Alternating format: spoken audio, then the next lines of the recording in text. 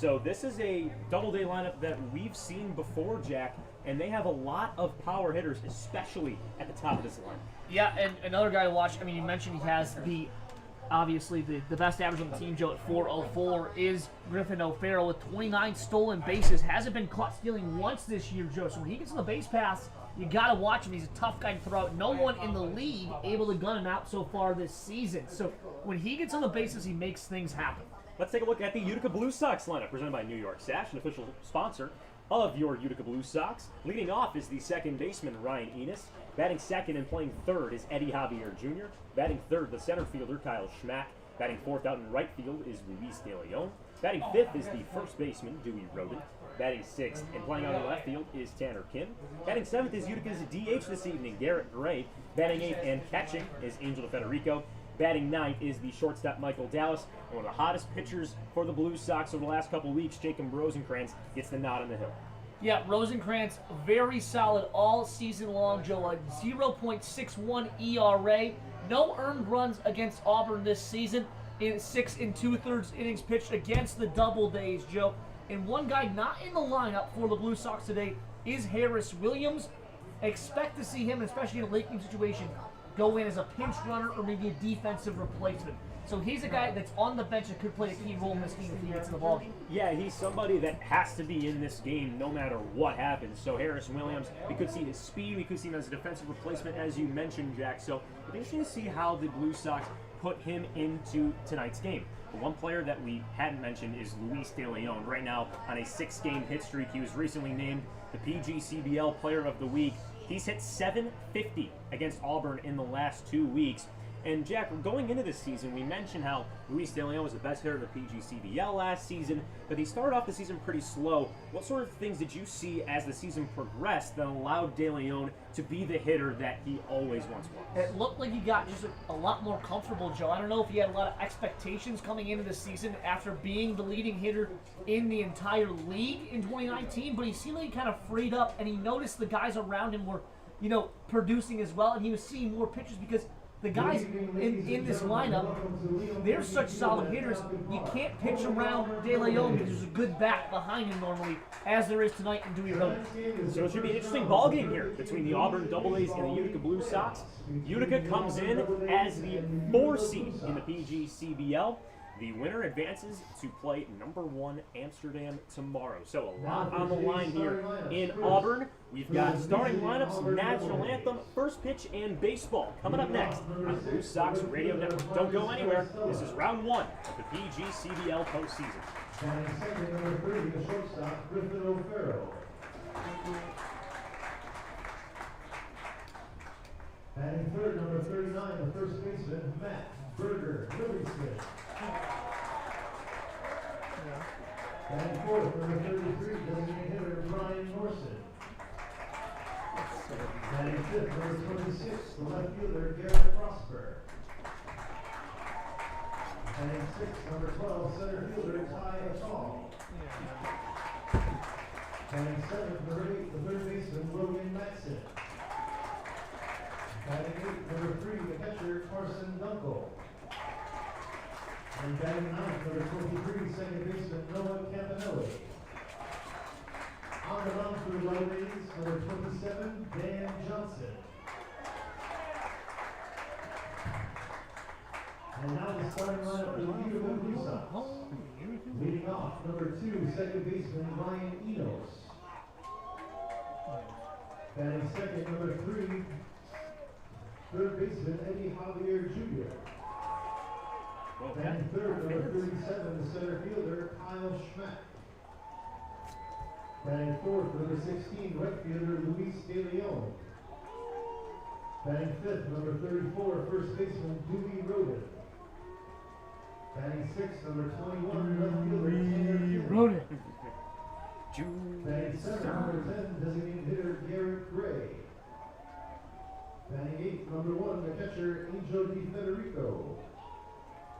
And batting ninth, number 8, the shortstop, Michael Dallas. On the mound today for the Utica Blue Sox, number 12, Jacob Rosenkrantz.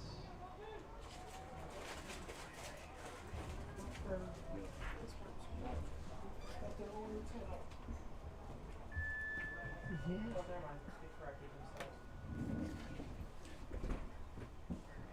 this time, we ask that you please rise as we honor America with the singing of our national anthem by Swami's Tavern recording artist, Marissa.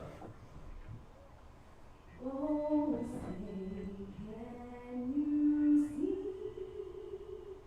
by the dawn's early light what so proudly we hailed at the twilight's last gleaming, whose broad stripes and bright stars through the perilous fight o'er the ramparts we marched were so gallantly streaming, and the rockets red glare, the bombs bursting in air, gave proof through the night that our flag was still there.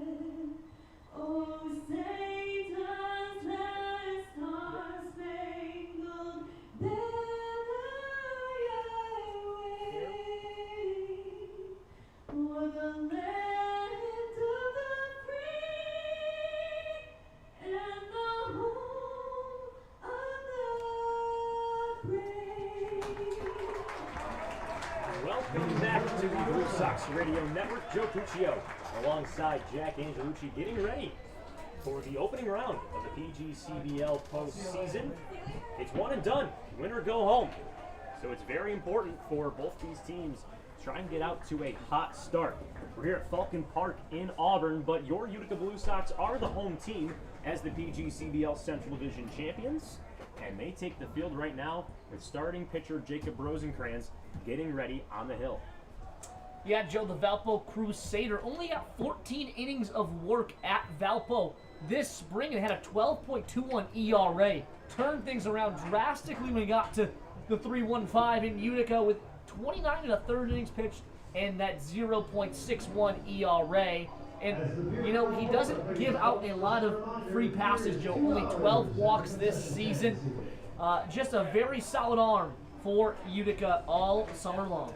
And he's been one of the faster pitchers for the Blue Sox as well. His fastball ranging between 91 93 miles an hour. Seems to be that nobody can really compete in that Blue Sox bullpen with Rosencrantz. And Jack, look, we've seen Rosencrantz start off the year mostly come out of the bullpen, but he's really adapted into that starting pitcher role, and I think it fits him comfortably because he can get out to huge starts right the first time you see the lineup. If you keep dominating with that fastball, you're going to be seeing the lineup flip over in the middle to later part of the baseball game. So I like this move here in Game 1 from manager Doug Dillette, who is in his 6th year with the Blue Sox coaching staff. So this is going to be a really interesting baseball game. We'll see how he manages it, especially with Harris Williams in the dugout and not starting tonight for the Blue Sox. Again, let's take a look at the Doubledays starting lineup, who represent the away team in tonight's game. Leading off is the right fielder, Marcus Marticella. Batting second is the shortstop, Griffin O'Farrell. Batting third over at first base is Matt Livingston. Batting fourth is Auburn's designated hitter, Ryan Norson. Batting fifth is the left fielder, Garrett Rosper. Batting sixth and playing in center field is Tyler Adall. Batting seventh is the third baseman, Logan Matson. Batting eighth and behind the plate is Carson Dunkel. And the second baseman, Noah Campanelli, bats ninth. Marcus Marticella walks into the right-handed batter's box with Rosencrantz stepping on the rubber for the first time this evening. It's win or go home in the PGCBL opening round of the postseason.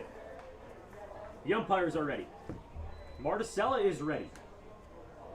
And Rosencrantz gets set for the first pitch of the ball game. It's a slider that breaks into the zone for strike number one, and we are underway.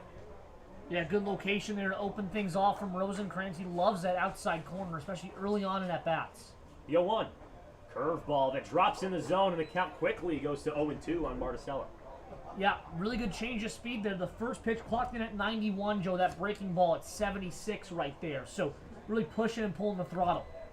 Rosencrantz kicks and deals. Curveball that just stays high. Looks like Rosencrantz believed that was strike three, but the count goes to 1-2.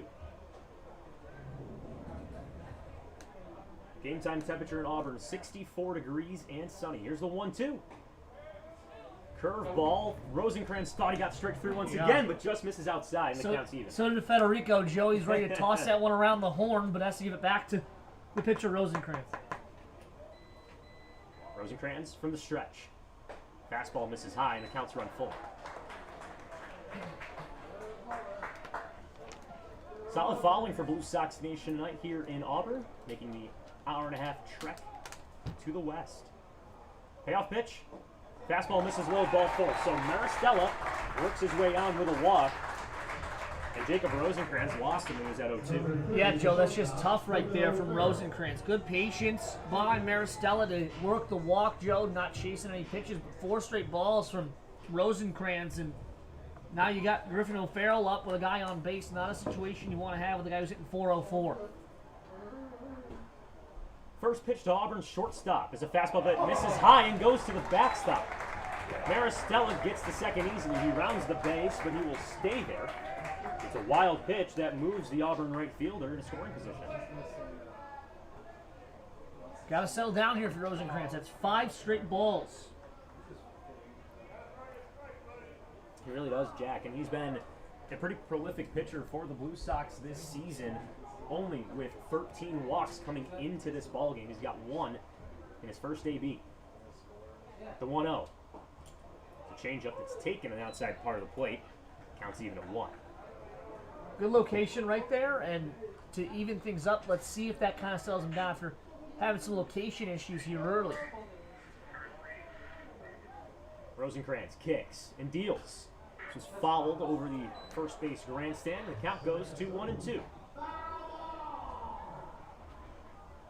Beautiful night for baseball here in Auburn. First time the Blue Sox Radio Network is on the road this season. Huge thanks to the Auburn Doubleday game day operations staff for allowing us to be in the press box tonight. The 1-2. Fastball that misses high, and the count is at 2-2. Jack, his fastball right now only at 90-91, not really Rosencrantz-esque. Yeah, he's sitting right there in the low 90s, Joe. We'll see. Some pitchers, as the start goes on, actually pick up velocity. Maybe that's what we're gonna see out of him tonight. 2-2. Swung on and missed. He got him for strike 3, and down goes O'Farrell for out number 1. Yeah, Joe, his fastball, the interesting thing about Rosencrantz's fastball and why it's so hard to hit is because it has a cutting motion on it. It really kind of moves its way right across the plate, almost looks like a slider, and that's what he gets O'Farrell to chase right there. So the righty O'Farrell goes down for out number 1. Still no score here at Falcon Park in Auburn, as Rosencrantz gets ready to face Matt Livingston. First pitch in is swung on and missed. Curveball, and more like a slider that dropped low for strike number 1. Standing on second is the leadoff hitter, Marcus Maristella. Rosencrantz from the left side of the rubber. He deals. It's a fastball that misses high and outside. The count's even at 1.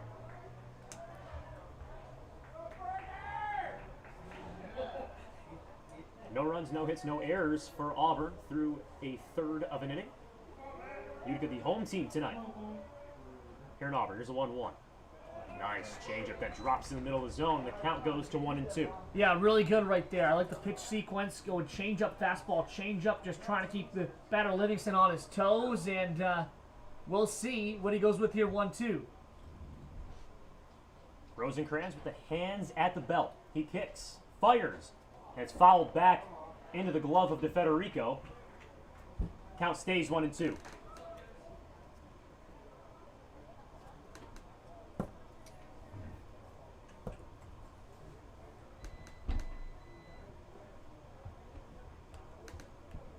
Rosencrantz getting the sign from Angel DeFederico. He sets up on the outside of the plate and gets ready for the 1-2 offering. This one's grounded to the first baseman Roden. He'll step on the bag himself. Maristella moves to third. That is out number 2. Yeah, it's a good out to get right there against Livingston. A guy hitting 323, just under 20 RBIs on the season, Joe. A guy who's a run producer for this Auburn squad. He can roll over into a harmless ground out and keep that run from scoring is important.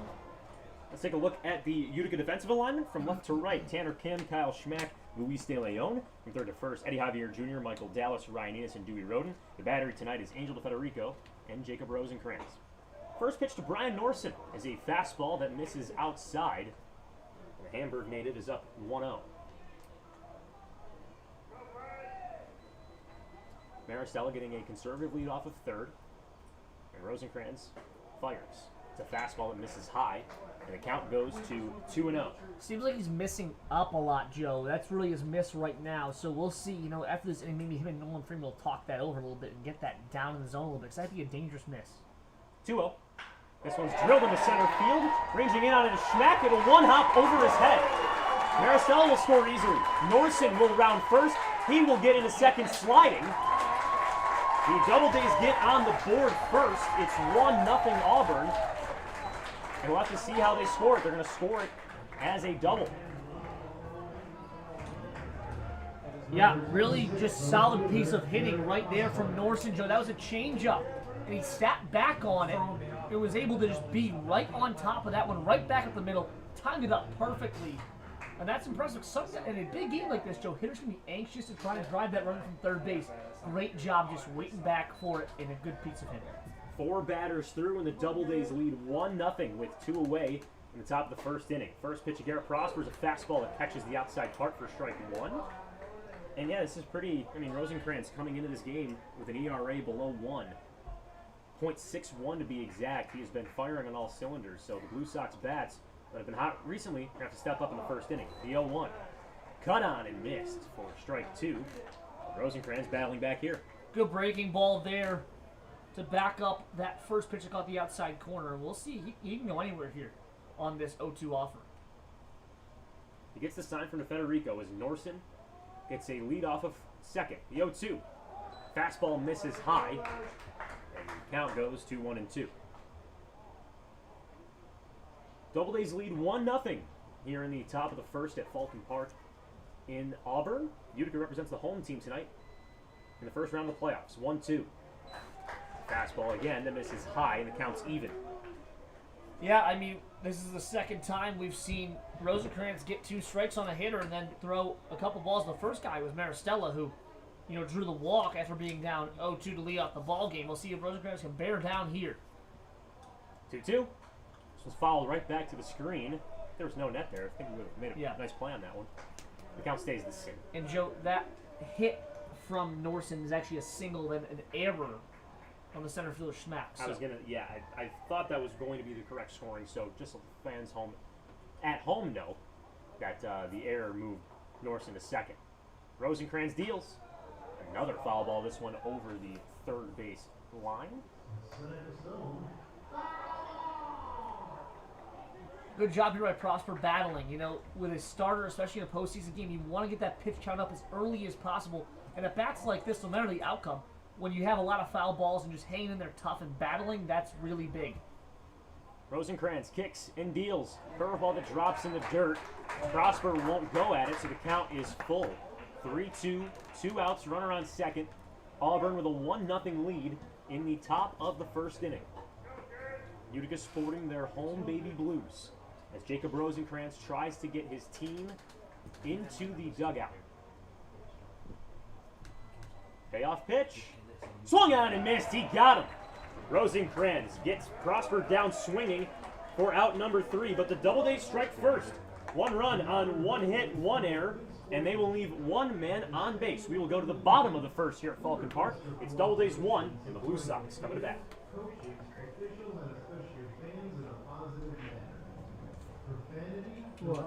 Gotta find it. Start picking up on the miles per hour pitches. Yep. Anything that's 86 or lower is his changeup. Mm-hmm. Anything 89 or up's fastball. Everything.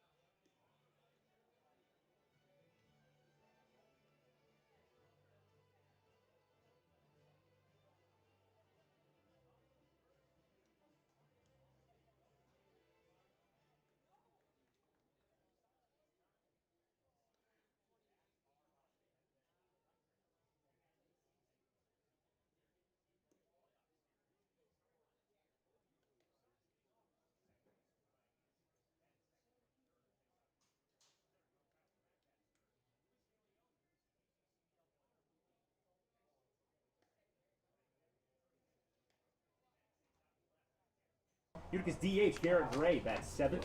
Angel Federico is behind the plate and batting 8th. And batting 9th is the shortstop, Michael Dallas. On the mound for Auburn, Dan Johnson. Yeah, a lot of work for him this year, Joe. The most innings pitched on this squad, the most starts. This is going to be his 10th start of the season. 43 and 2/3 innings.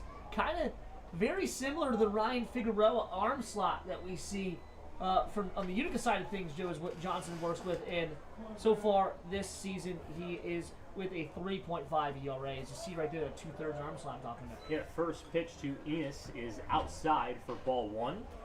Ryan Enos, 298 in the regular season, 34 RBIs. Got a solo home run in the second home game of the season. 1-0.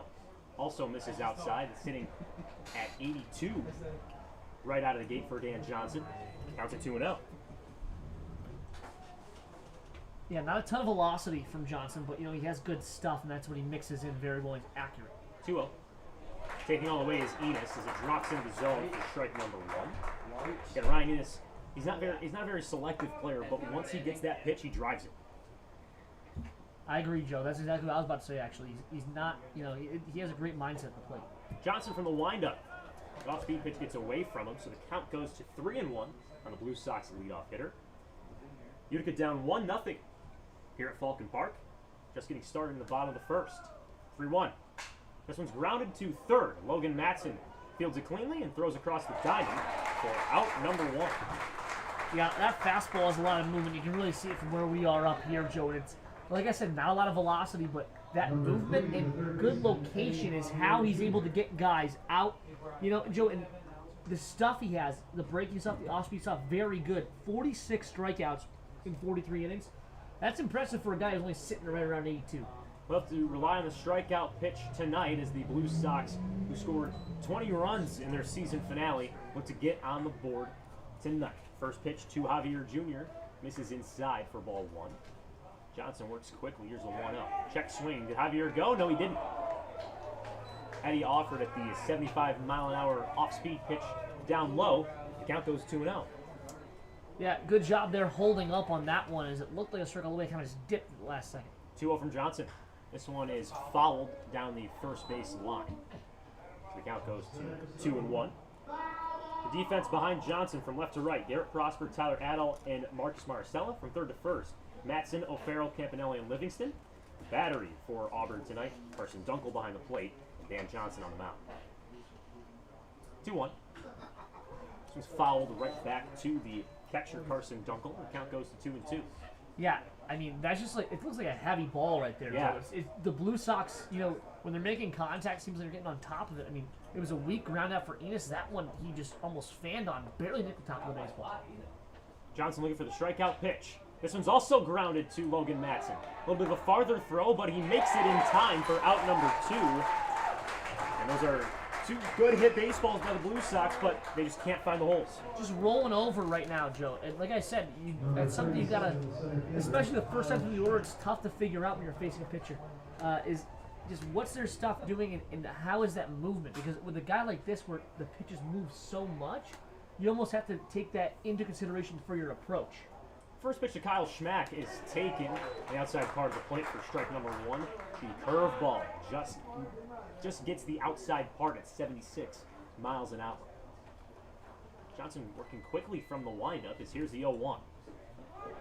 Another curveball, but that one's just a little bit too low, so the count evens up at 1. Yeah, I mean, he's going to rely on that breaking stuff a lot today, Joe, and that's kind of his ride or die. If it's going good, it'll be good. If it's off, it could get hit pretty hard. 1-1.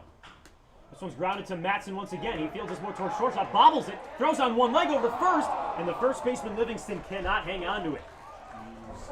So Kyle Schmack reaches first base.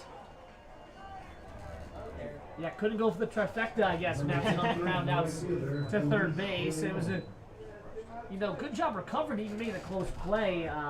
And Kyle Schmack, he has some speed. So he makes that play a lot tougher for a third baseman. Kind of have to rush it a little bit with his speed on the bases. And now he's on base for Luis De Leon, who has just been on a tear lately. Joe, a 6-game hitting streak for him. Scored an error for Kyle Schmack. Here's the first pitch to De Leon. The curveball that drops in the zone at 73 for strike 1. And Jack, as you mentioned, over the last 2 weeks against Auburn, he's batting .750. Kyle Schmack takes an aggressive lead off of first base. The righty Johnson comes set with the hands at his head. A little check schmack at first, and he's back in time. Thank you for joining us here on the Blue Sox Radio Network. Joe Puccio alongside Jack Angelucci. We're here in the bottom of the first with the Auburn Doubledays up 1-0. 0-1 to De Leon. Cut on, missed. Strike 2. Pulled the string on Luis De Leon, and Johnson gets himself up 0-2. Yeah, I mean, this is a great position to be in. A guy who had 14 RBIs last week. To get yourself 0-2 on him in your first at-bat's definitely a confidence builder. Johnson kicks and deals. This one's flared into shallow right field. Maristella gets a read on it and makes the grab for out number 3. No runs.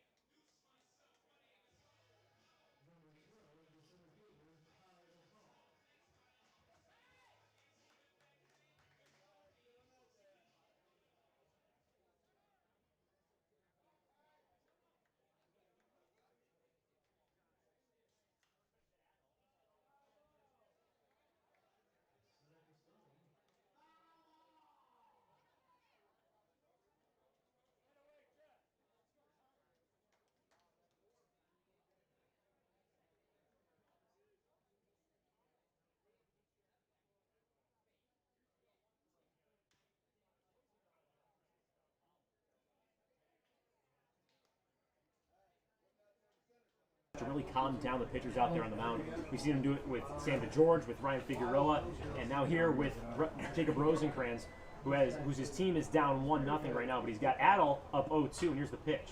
He's grounded down the third base line. Will it stay fair? Javier Jr. waiting until it goes foul, and it's going to stay fair.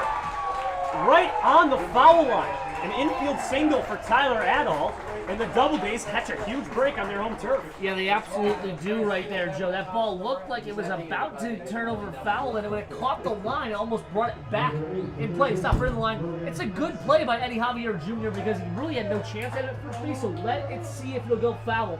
And that's unfortunate for Jacob Rosencrantz. You have to have a short-term memory and get that out of your brain because that type of stuff can really get under pitcher's skin. Here's the first pitch to Logan Matson with a runner on first and nobody out. It is a fastball that misses outside for ball 1. And Jack, this is an all-turf field, right? Murnane Field is grass and dirt, so you might, if you're playing this game at home, you might get that kick foul that you don't get at this ballpark. I agree, Joe, absolutely. 1-0. This one is flared in the shallow right field. It's going to get down for a base hit. Rounding second is Tyler Adel. De Leon comes up throwing at third. Play is into the bag, but Adel gets there safely. It's a single for Logan Matson. The Doubledays have runners on the corners with nobody out. Yeah, they're in business right now, and this is, an absolute dream start against the Blue Sox ace. And in a single elimination game, Joe, the leash is very short for a pitcher. And we'll see how long they're going to leave him out there or how long they'll wait until at least go out to the mound and try and talk to him. Sienna's Carson Dunkel gets ready to go with runners in the corners and nobody away. First pitch to him is high for ball one. Just a lot of command issues early on here, Jack, with Rosencrantz. And he's sitting at 89 miles an hour with his fastball at the moment, so not very Rosencrantz-esque to start off here. It's a 1-0. Swung out and missed. Rosencrantz battles back to even up the count. Yeah, Joe, it's always tough, especially with everything that happened last season. You never know the last time guys like this played in a postseason game, even depending on how their college season went. It could be up to 2 years. Rosencrantz kicks and deals as the runner goes. DeFederico throws down to second, and Dallas cannot slap on the tag in time.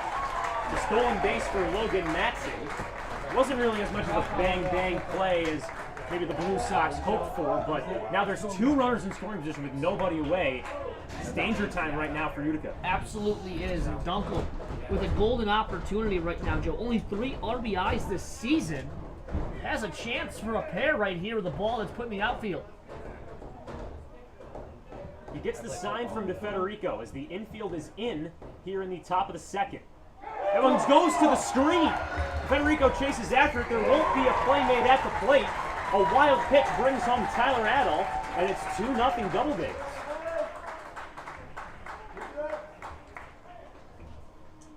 DeFederico calls time to go speak with his pitcher. And Jack, I mean, look, Rosencrantz, he's got to find his way out of this inning. I think no matter what, you have to leave him in this ball game at this current stage. Yeah, we'll see, Joe. I mean, and the thing about this, the little bit of miscommunication between the battery pair out there is that they're college teammates as well at Valparaiso. So that's kind of surprising for me to see. And you think that that's something that the Blue Sox have their advantage, is having 2 guys that play together in their college seasons as the battery pair in a playoff team. But right now, not going too hot. Sloppy start for the Blue Sox. As Carson Dunkel works his way on with a walk. So runners back on first and third with nobody away. We may see Dunkel in motion to start off this at-bat as the second baseman, the 9-hole hitter, Noah Campanelli, digs in. Campanelli batted .163 in the regular season as pitching coach Nolan Freeman will now go speak with his starting pitcher, Jacob Rosencrantz. You have to, Joe. I mean, you really got to get out there and try and figure something out, because right now, this is danger time. And in a single elimination setting, your season on the line, I'm sure Nolan Freeman's surprised he has to be out there right now in the second inning in this type of jam that their stud pitcher finds himself in. But, you got Campanelli up, and then you go right back to the top of the order, which is very solid for Auburn. So, got to get something going here. I mean, retiring Campanella is a must right now at this point, Joe. Doubledays with 2 runs, 3 hits, 1 error. Utica still hitless. And they have an error defensively as well.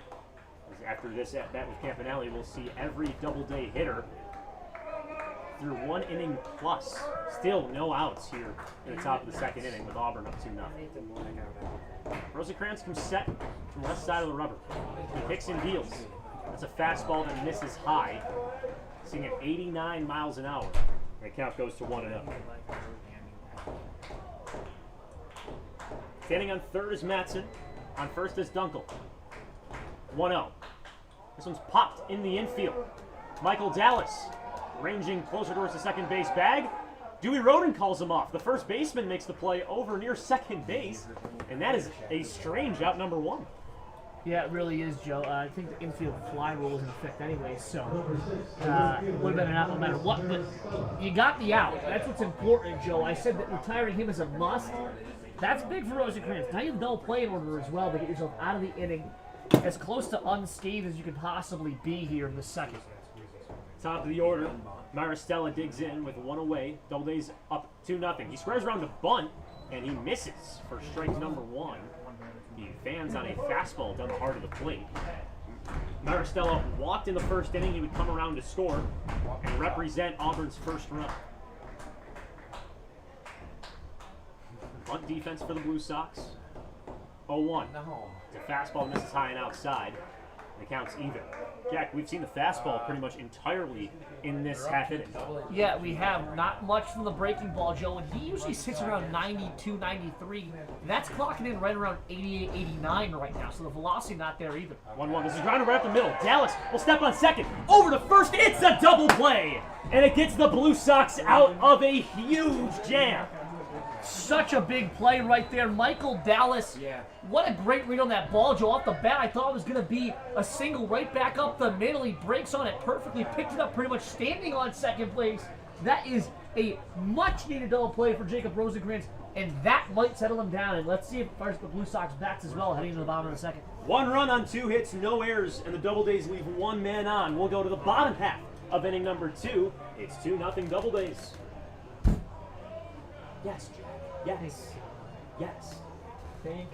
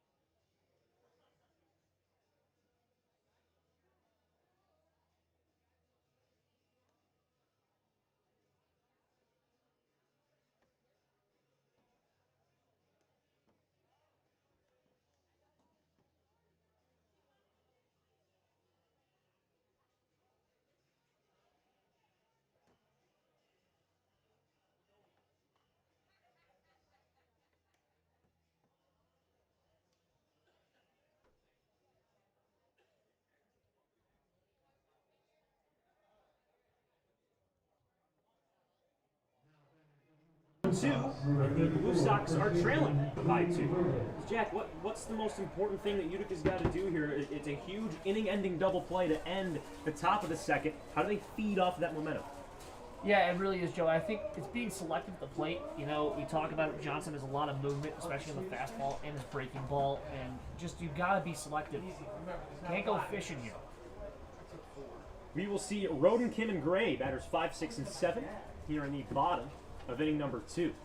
First pitch from Dan Johnson. Misses outside for ball number 1. The slider dropped off the outside part.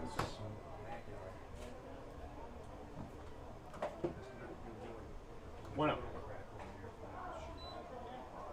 That one is a 2-seamer. Misses outside once again. The count goes to 2-0. Yeah, Joe, that pitch just tailing away from Roden. Good job laying off. It starts on the outside edge of the plate. Just worked its way outside. You see it again right there. Yeah, another 2-seamer that misses outside. Trying to get the lefty to chase at it, but Roden has himself quite the hitter's count at 3-0. Todd Cole with the sweatshirt out at third base. A little chilly here in Auburn for July 30th as here comes a 3-0. Another fastball that misses outside. A 4-pitch walk issued to the Blue Sox first baseman. And this might be the turning point of the baseball game, something to get the Blue Sox started. And that's 4 fastballs, and they all miss in the same exact spot, Joe. So if you're Tanner Kim, knowing that, you know, watch out on the inside part of the plate. He's a righty, Roden a lefty. So we'll see if maybe they'll look towards the breaking ball more and try and figure out a fastball here with the Canada pitch. Yeah, with that righty, you might see a different pitch sequence here as Johnson taking his time before he delivers the first pitch to him. That is a curveball, misses outside for ball 1. Tanner Kim, an incoming freshman at the University of Kentucky, batted .317 in his first summer of collegiate ball. I guess that's pretty solid. I'm sure they'd like that down in Lexington right now, Joe. Here's the 1-0 to Kim. Another breaking ball that misses outside. Count goes to 2-0, and now we'll see the pitching coach for Auburn speak with Dan Johnson. Yeah, Joe, I mean, that's 6 straight, right? And, you know, in a 2-0 ball game, that's why it's so big to double play to get Utica out of that last inning.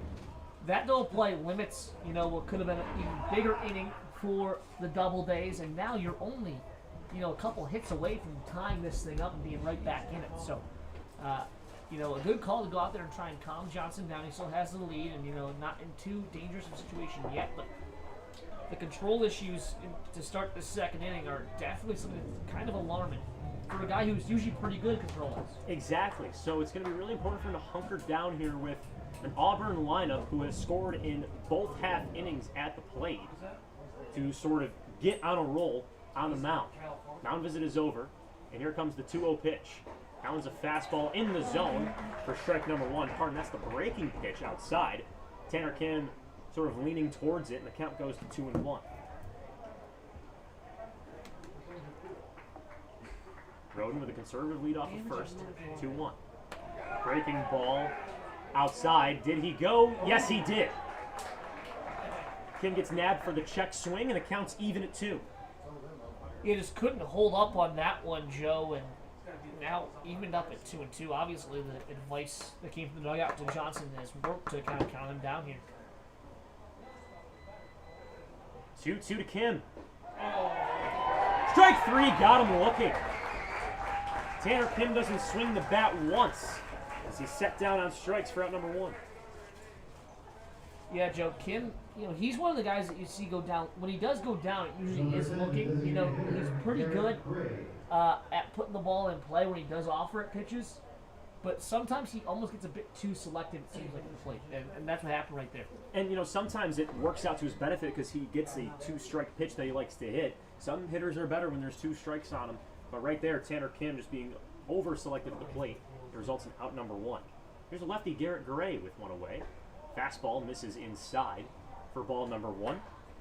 Garrett Gray batted .322 on the season. We haven't seen him in recent games, especially behind home plate, but he gets the start as a designated hitter tonight.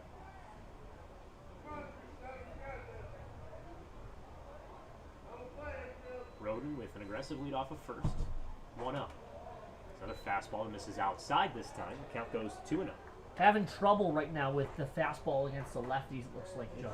As just kind of starting on the outside corner and tailing away. Got to get that a bit more, towards the center of the plate. But I know that's also a little bit dangerous to do. You don't want to leave one out there. 2-0. Fastball misses low. And Johnson is on the verge of walking 2 Blue Sox hitters on 4 pitches. The struggle to find that fastball against left-handed hitters continues right there, Joe. Just can't get one over right now for a strike against the lefties. 3-0. Great, taking all the way, and he works his way on with a walk. Fastball that missed just outside at 80 miles an hour. There are runners on first and second with one away. Blue Sox trail 2-0 here in the bottom of the second. Round 1 of the PGCBL postseason. It's win or go home. Joe, great chance here for the catcher, Angel Federico, to kind of spark things. He is the spark plug type guy for this team. He's a high energy guy, a lot of fun in the clubhouse. So for him to get a hit here would be big for the team's morale. Absolutely. First pitch to him is fouled over to the Blue Sox dugout as a few Blue Sox have to back away from the top step. Counts at 0-1.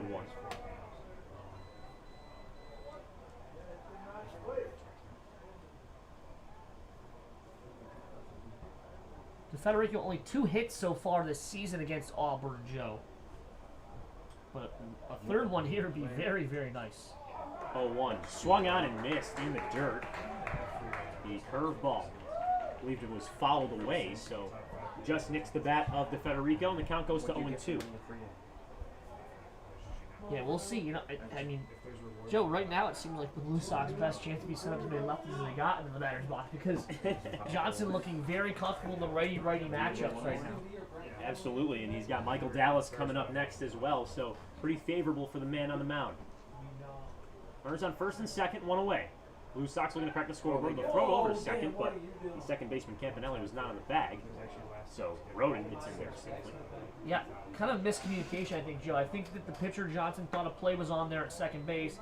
Campanelli, not really aware of it. They might have had him if Campanelli was closer to the bag. Johnson kicks and deals. Swung on and missed. He got the Federico down on strikes for out number 2, and that is a tough pill to swallow for the Blue Sox. Yeah, that's a big-time chase right there from the Federico. That's a fastball at 82, the highest velocity we've seen so far from Johnson this evening.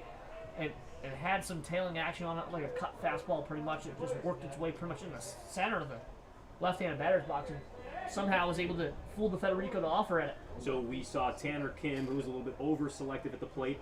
Federico right there swinging at 2 pitches outside. So the Blue Sox offensive game plan is not uniform. As we see Michael Dallas dig in, and he swings and misses through a curveball at the top of the zone. Yeah, If that that makes contact, that's going to Lake Ontario. Yeah, that was a hanger right there, Joe, and I'm sure Michael Dallas is pretty upset he couldn't put that one in place. It could have been dangerous. And yeah, I know how far Lake Ontario is. Here's the 0-1. That is a slider that just misses outside. The count goes to 1-1.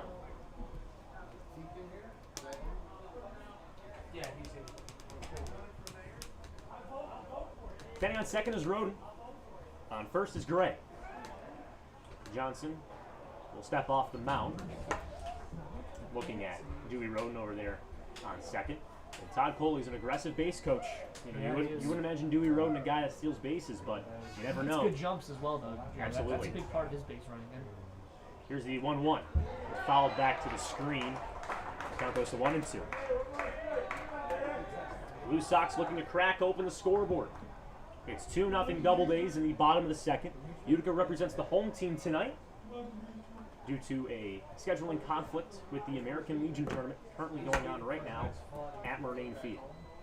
Yeah, unfortunately, Joe, the Blue Sox not able to play this game at home. You imagine that it would have been a pretty raucous crowd at Murnane. I know a lot of our fans were would have been happy to have that game be at home, but a lot of them made the trip up here, which we're very happy to see. 1-2 from Johnson. He's way outside. It counts even at 2. Joe, I like I said, I think that you really have to be selective against Johnson because his stuff is really based off of you chasing and swinging and missing because of all that movement he has. Exactly. I haven't seen a ton of called strikes yet so far, so if they can just kind of hone things in and really lock in on the center of the plate. Swung on and missed. He got him. The curveball blowing outside.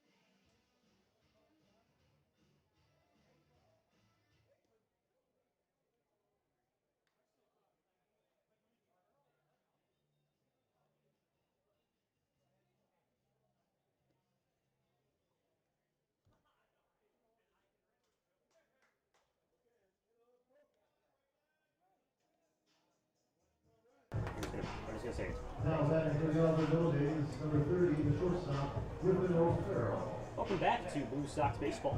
Top of the third for Falcon Park in Auburn. And your Blue Sox trail 2-0 to the quote-unquote road team. The Auburn Doubledays, Joe Puccio alongside Jack Angelucci. Rosencrantz out for his third inning of work, and he throws a beautiful curveball into the strike zone. Count is at 0-1. That had some nice movement on the first pitch to Griffin O'Farrell. There's the 0-1. Fastball cut on and missed, and the count goes to 0-2. Looks like a bit more ticked off David Rosencrantz out there. Wasted no time attacking the best hitter in this Doubledays lineup. It's right back on the mound. Here's Rosencrantz from the stretch. Curveball grounded to third. Javier Jr. with a clean play over the hot corner, and Roden can't scoop it. Going to second is O'Farrell. He will round second, and he's going to go to third. De Leon just picks up the baseball, and O'Farrell makes his way to third base.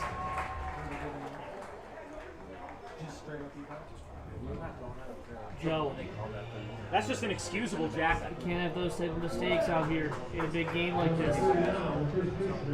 Eddie Javier Jr. is a throwing error to first. And look, it's a turf field. You're not going to get those same bounces that you get at Murnane. It's going to skip in a little harder. And that gets Griffin O'Farrell all the way to third base, something the Blue Sox haven't been able to do in their first 2 plate appearances. Here's the first pitch to Livingston. That is a fastball that misses outside. Check that, a changeup that's just outside. Counts at 1-0. 1-0. Swung on and missed. Rosencrantz attacks with the fastball and counts even at 1. The velocity is just not there for him this evening, so he's going to have to find some stuff and locate pitches really well because, you know, just does not have that pop on it. 1-1. Change up that misses outside. Count goes to 2-1.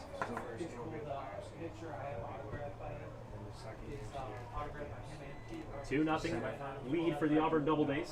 Here's 2-1. This was fouled over the third base line. Counts even at 2. Got to get him right here. You know, this is a big spot right now for Livingston and also for Rosencrantz. Unfortunately, the error on Javier, and you know, if you look at it, Joe, from that angle, it really is kind of deep in that corner behind first base, so that's why he's able to get third base.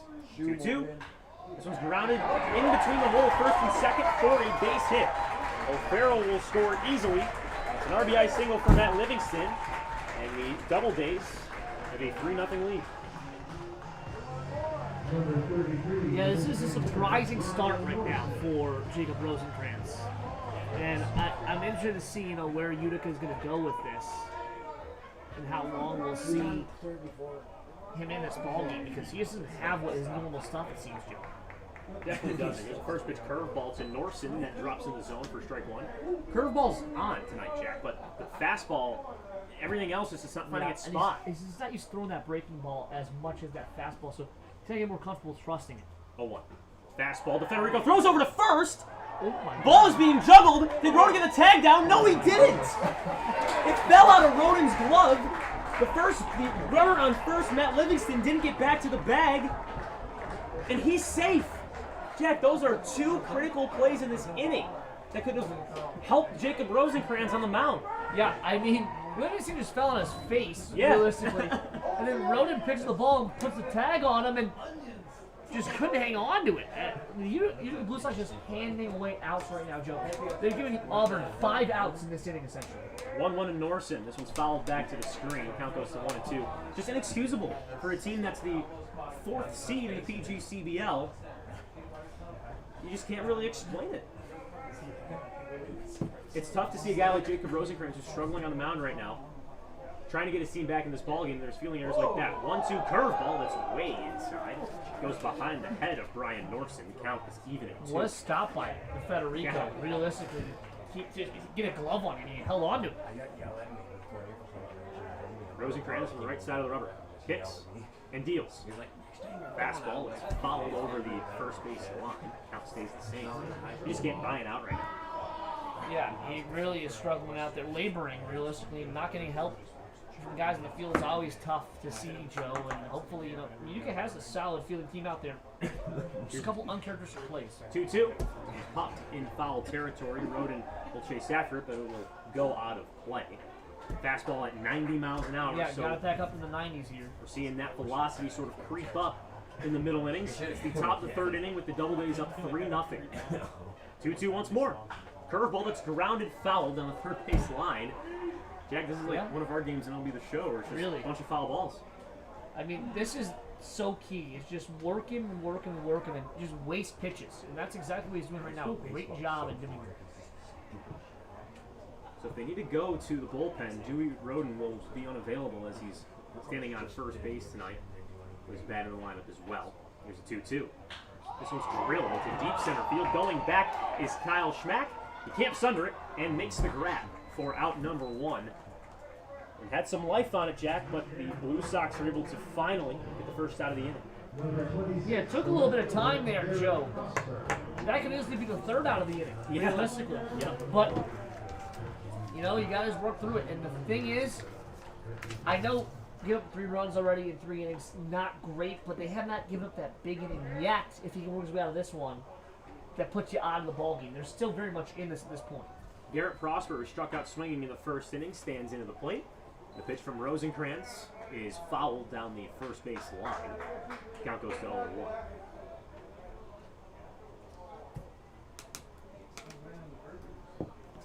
3-0 is your score. Auburn with 3 runs on 4 hits and an error. The 0-1. This was lined into right field. It is fair. And will go to the wall. De Leon tracks it down. Picks up the baseball and throws it into the cutoff man, Dewey Roden. It is a double for Garrett Prosper that moves Matt Livingston to third. And the Doubledays are hungry once again. Number 12, the center fielder. Great piece of hitting right there by Prosper. They're really in business now. Now they're in position for that inning I talked about, Joe, where you can really blow this game open and really take a load off of the shoulders of Johnson.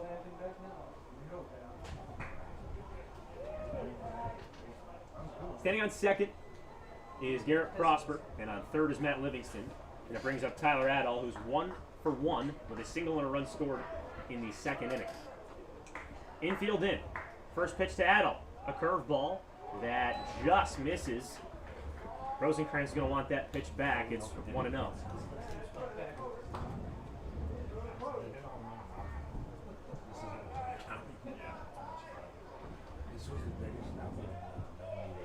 Rosenkrantz from the left side. He deals. This is curveball that's driven into deep left field. Going back to left fielder Kim. It's a tall wall in left, and it's going to hit right off of it. Scoring easily from the third is Livingston. Prosper will be held at third. It's an RBI double for Tyler Adall, and the Doubledays with a substantial lead. They're up 4-0.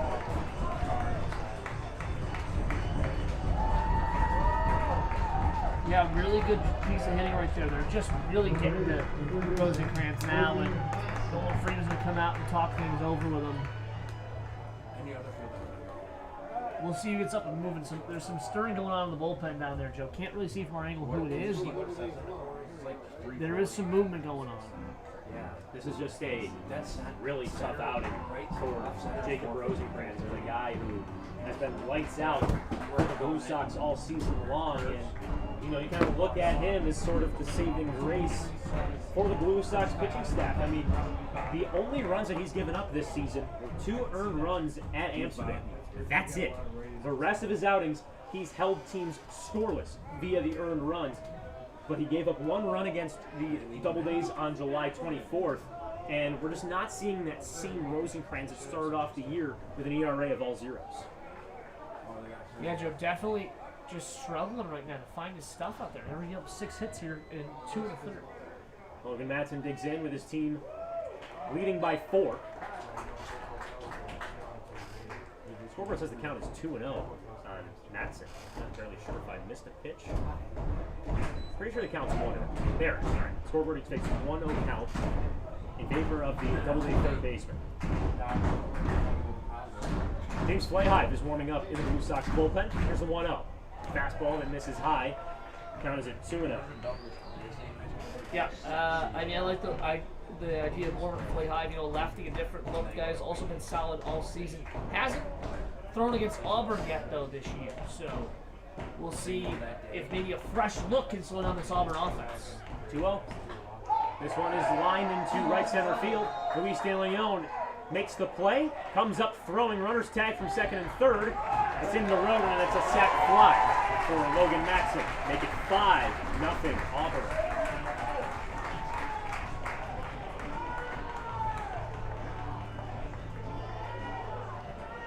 Garrett Prosper scores from third. Adall moves to third. And this is just a tough outing for a guy like Rosenkrantz.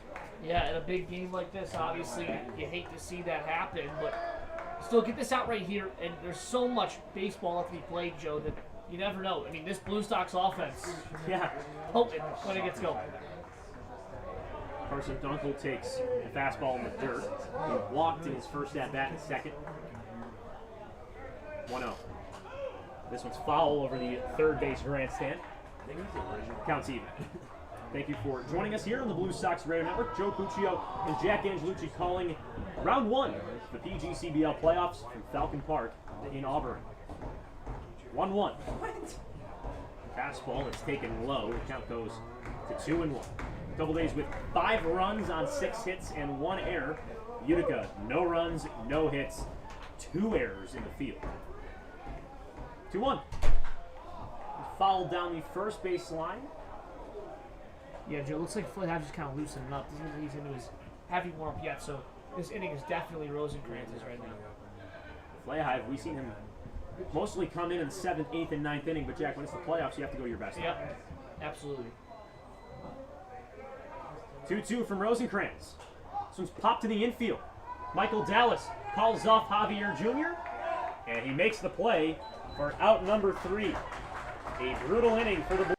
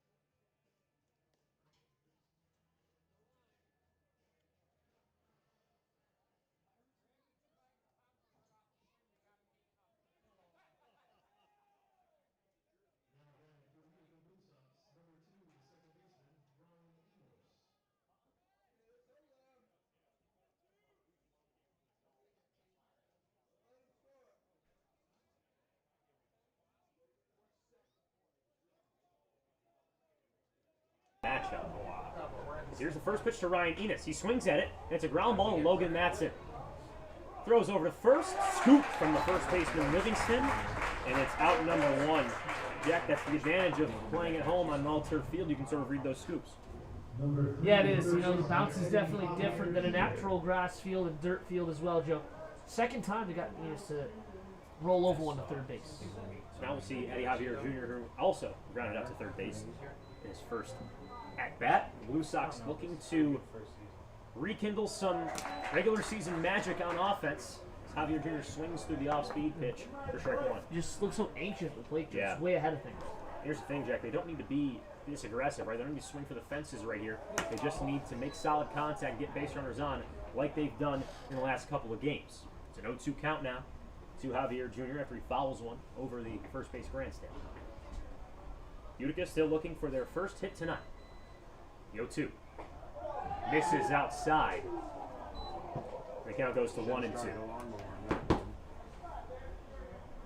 Yeah, that's a stone cold take right there. Looked pretty good out of the hand, but a good idea to take that one. Pitch from Johnson. Fouled right back to the screen. Count stays at 1-2.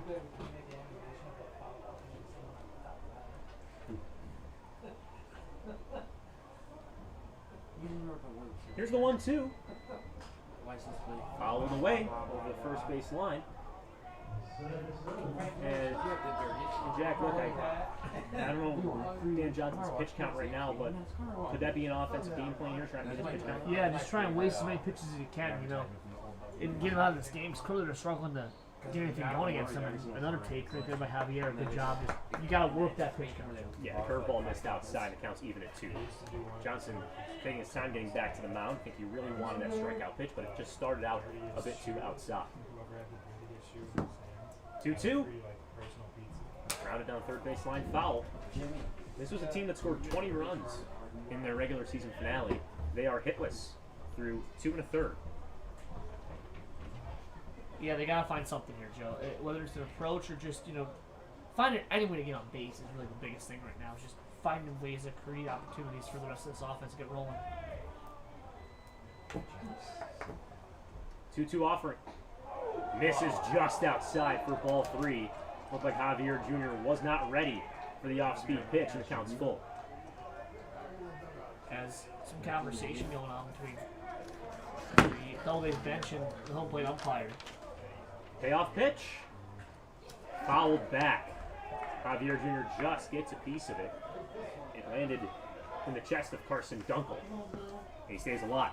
Yeah, good job battling. I mean, this is probably, what, Joe, now the 7th pitch of the at-bat, 8th pitch of the at-bat coming up right now. So just trying to work that pitch count and, get yourself on base. And you got guys behind you that can drive you in. So just all he needs one to kind of get a rally going. Johnson, the 3-2. Strike 3, got him looking. The slider catches the bottom half of the zone, and that's the second out. Yeah, Eddie Javier Jr. got halfway on the first base by the time he was punched out there, Joe.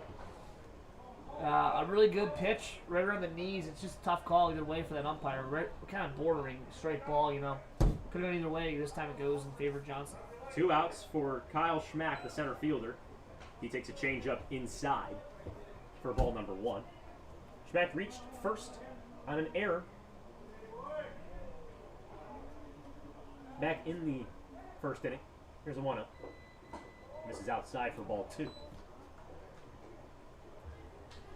thing about this lineup, Joe, is they really feed off of each other. So once, expect once the floodgates kind of open, they can really get things rolling. The issue is Too low. they're struggling to find that first guy who's going to light the torch, Yeah, that was fouled back to the catcher's man. And look, they just need to find that spark. They need to get going here. They're still hitless. If you can get that first hit, it sort of opens up the floodgates moving forward. But Utica still struggling here in the bottom of the 3rd, trailing by 5. 2-1. Misses just inside. The count goes to 3-1 on Kyle Schmidt. Center fielder batted .308 this regular season with 34 RBIs. Here's a 3-1. A fastball that is in there for strike number 2. Took some velocity off of it to work a full count. Another full count right here, Joe, for the Blue Sox. Let's see if they can get 3-2. on base. It's a slider that misses outside for ball 4. So Kyle Schmack gets on, which is something. The Blue Sox have a little bit of life here in the bottom of the 3rd inning. Joe, Go ahead, Jack. Sorry. Kyle Schmack and De Leon, who's going to step in now, they almost seem like with them in this 3-4 spot, it's kind of like thunder and lightning. When one gets on, the next, is due to strike right behind it. So that's why you got to keep these guys on the base pass. First pitch to De Leon is a curveball that drops in the zone for strike number 1. De Leon flew out to right field to end the 1st inning. And Jack, we haven't mentioned this, but the walls are pretty tall here at Falcon Park, especially in the corners. Blue Sox aren't a home run hitting team, but it'll certainly hurt them if they make solid contact here. Ball, the 0-1 is swung on and missed. And De Leon's down 0-2 just like that. Got to shorten up here with a good 2-strike approach for De Leon. He's a great hitter, so he has the ability to do so, but we'll see if he's able to right here. 0-2 pitch. Schmack goes. This one's lined into right center field. Running after is Tyler Adall, and he makes the grab as the right fielder Maristella trips over his own feet. And it's the 3rd out of the inning.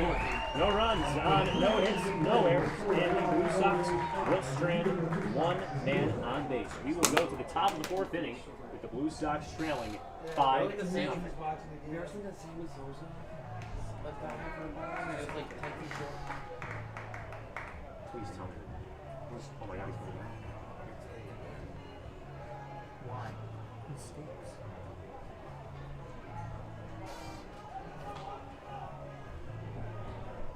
kind of see that.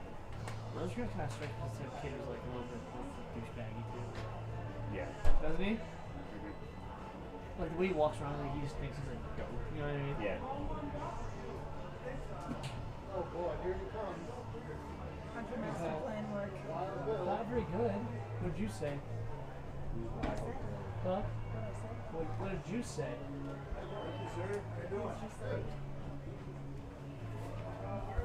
Said nothing to you? You took That notes. was already probably when we got here, and I said no. You were like, yes, I was having like, bad luck. yes. The only problem is I was stuck with Jack in a car for. That was pretty cool. You texting your mom. No, Diesel sent a fucking score in her group chat. Give me a fuck. When in Trevor Power, that's just mention. Alright, here we go. When my man Trevor Power, mention. He's off.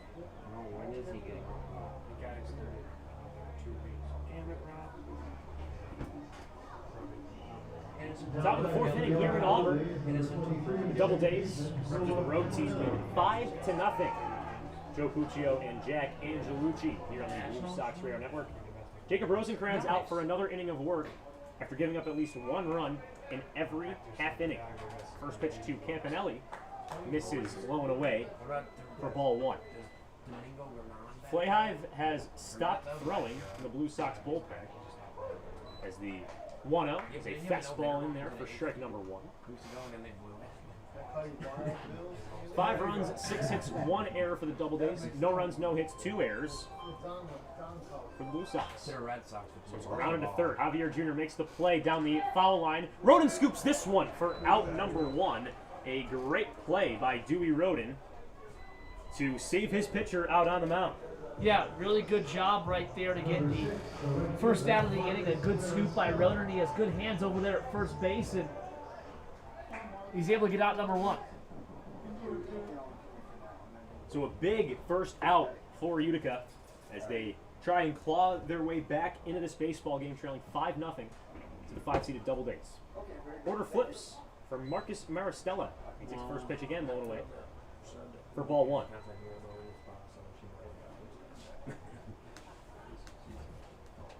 Rosencrantz deals.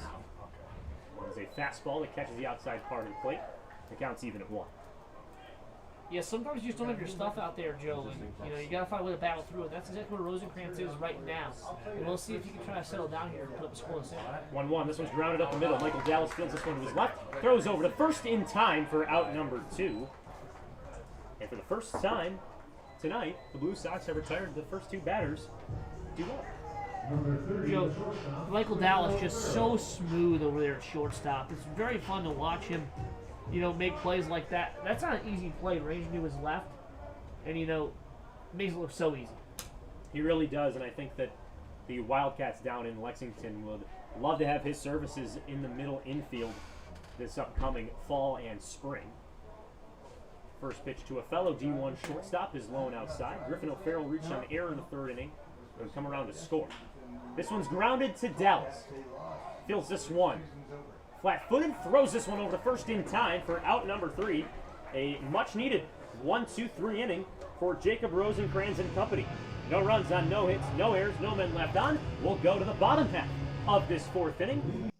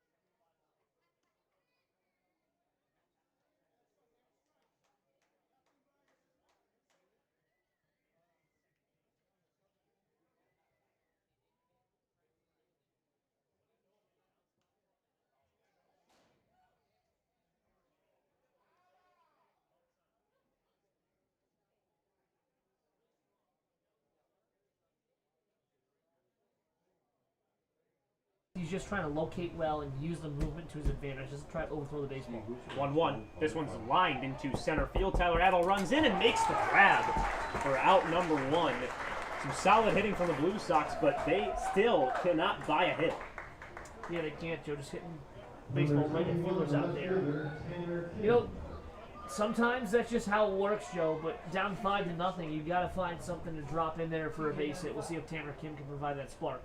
Kim struck out looking in the second inning. Stands in with nobody on and one away in the bottom of the 4th. First pitch to Tanner Kim is a fastball. She catches the outside of part of the plate for strike 1. Utica is the home team tonight here in Auburn due to a conflict with the American Legion tournament currently going on at Murnane Field. Here's the 0-1. Followed back to the screen, and the count goes to 0-2. Jack just flung his pen. It almost went to the other side of the press box if there wasn't a divider. Some sad, Joe. I want to see some hits from our Blue Sox, man. Makes 2 of us. Here's the 0-2. This one is lined right to the first baseman, Livingston. Kim broke his bat on that play, and there are 2 away. Stuff like that, Joe. Broken bat line drives. I mean, you know, that rarely happens to see a line drive a broken bat like that, just right at a guy, and that's just unfortunate. And I'm out of words. You know? It's just what's happening right now. It's just can't find something to drop in right now for Utica. So here comes Garrett Gray, who walked in the second inning. 5-0 lead for the Doubledays. First pitch to Gray is fouled over the third base line. Gray a little bit late to a changeup that sort of got the inner handle of the bat. Count goes to 0-1. Thank you for joining us here on the Blue Sox Radio Network. Joe Puccio alongside Jack Angelucci from Falcon Park in Auburn, New York. The quote-unquote road team, the Auburn Doubledays, lead 5-0 over the Blue Sox. 0-1. This one's lined but fouled down the third base line, and the count goes to 0-2. 63 degrees now here in Auburn, Jack. It's not the temperature you'd expect on July 30th. Do you think that impacts the ball movement at all? Yeah, no, I mean, Joe, these guys are used to playing all of pitch weather, so I think really that doesn't have an impact. It's more just the natural movement on the pitches from Johnson's kind of throwing off Utica. Here's the 0-2. It's a two-seamer that misses just outside. The count goes to 1-2.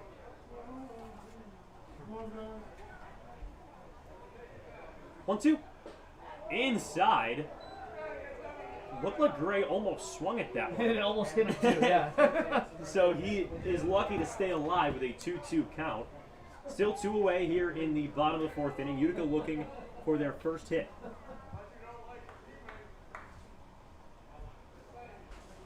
Pitch from Johnson. This one's grounded to the first baseman, Livingston. He will step on the bag himself and record the final out of the 3rd inning. No runs on no hits, no errors, no men left on base. We'll go to the 5th here in Auburn. It is 5-0 Doubledays.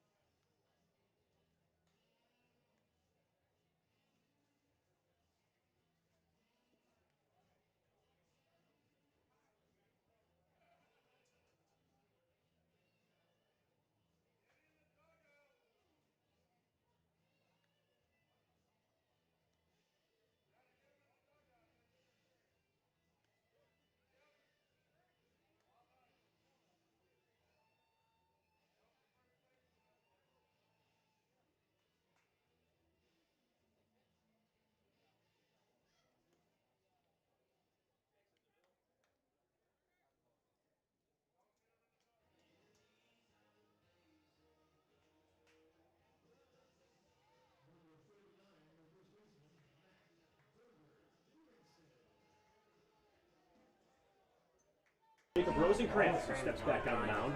His team trailing 5-0. Joe Buccio alongside Jack Angelucci. We will see Livingston, Norson, and Prosper, batters 3, 4, and 5, due up in this half inning. First pitch to Livingston is low in the dirt and looks like it missed DeFederico's padding. He will try and walk off. The ball looked like it hit his inner leg, and the count goes to 1-0. Yeah, he's just going to get a second to kind of regroup here as the home plate umpire will walk the ball out to Rosenkrantz. And Rosenkrantz, you know, the last inning, his first scoreless inning against Auburn. We'll see if he builds off that momentum here, Joe. Because, you know, the location control issues were the biggest problems in those first 3 innings, but that last inning looked pretty clean. You know, got some ground balls, got his fielders involved. That's what you got to do as a pitcher, you know, to be successful. Also helps having a Division I shortstop standing behind you, making really smooth plays over in the hole. 1-0. This one is drilled into right field. De Leon tracking it, and it will get down 1 hop for a base hit. That Livingston with the second single of the game. That's his first base run in the top of the fifth.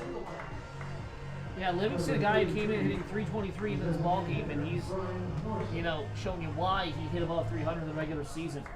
With a pair of hits, you know, he had an RBI in the third and scored a run as well, Joe. So he's been a very big impact player in this opening round game. First pitch to Brian Norson is low in the dirt for ball 1. Federico gloves it, so Livingston stays on first base. Norson reached on a single in the first inning and flew out to center in the third. 1-0 from Rosenkrantz. The velo off of the fastball. That counts at 1-1. That one registering at 87 on the go. Rosenkrantz comes set with hands at the belt. He kicks and deals. It's fouled back to the screen, and the count goes to 1-2. Yeah, I like that one right there. Challenge pitch right, the letters up top of the zone, and just couldn't get the batter on quick enough, just barely tipped it. First time Rosenkrantz is really facing adversity this summer. 1-2. Low in the dirt, the count is even. I mentioned earlier in the broadcast, the only 2 earned runs that Rosenkrantz has given up are 2 at Amsterdam on June 24th. Other than that, the other runs he's given up are unearned. 2-2. This one's drilled into right center field. It's down for a base hit and more. Rounding second is Livingston. Schmack picks up the baseball, throws it into the cutoff man Enos. The stand-up double for Brian Norson. And the Doubledays, they are on fire. I think that leash may be running out. Yeah, Doug Gillett's going to come out of the dugout right now, Joe. I think that's going to be the Rosenkrantz. Doug Gillette makes a call to the bullpen. We'll step aside here on the Blue Sox Radio Network. No outs in the top of the 5th inning. Runners on second and third. A pitching change upcoming for the Blue Sox.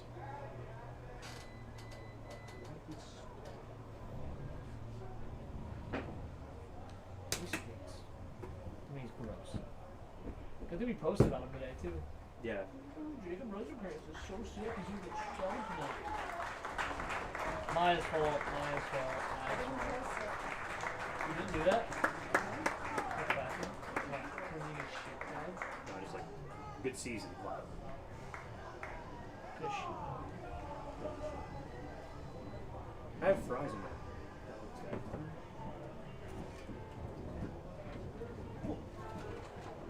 Game fun. Okay, Jesus. I want to ask questions? That's a no. I was like, Not down here. But I'm so pleased now. 25. James Flahev? Just touch me. How do you say So that? yes, No, it's I a long didn't. way to say yeah, I did. Yeah. No, I didn't touch yours. How do you pronounce your last name? Flay Hive. Layhive. Flahev? Yeah. Okay. Oh, we should have. New pitcher for the Utica Blue Sox, number 25, James Flahev.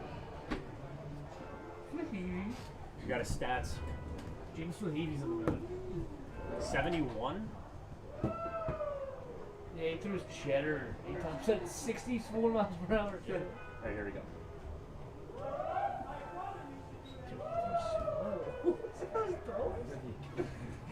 Is it all season? What? Right, here we go. That's a break. pitching change for the Blue Sox as we bring you back to the top of the 5th inning. Utica trails 5-0, and they will look to James Flahey to help them get out of this jam.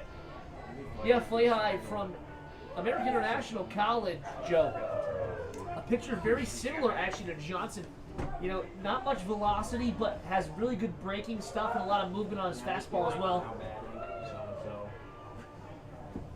And looking at his stats this season, Joe, so far, 20 innings pitched for the Blue Sox with a 2.25 ERA and 13 strikeouts, 9 walks. Has not faced Auburn yet this season, Joe. So, and he kind of has a bit of a different delivery, kind of a 3/4 look as a lefty too. So maybe a fresh look will help the Blue Sox retire some Auburn Doubledays here. Quite the jam in the 5th inning.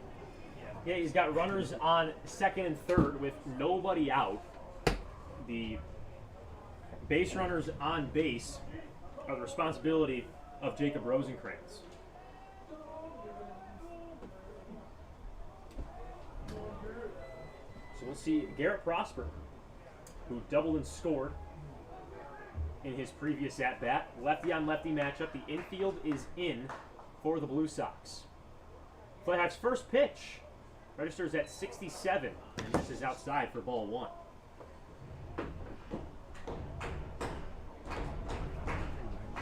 Doubleday faithful, getting behind their team. Here's the 1-0.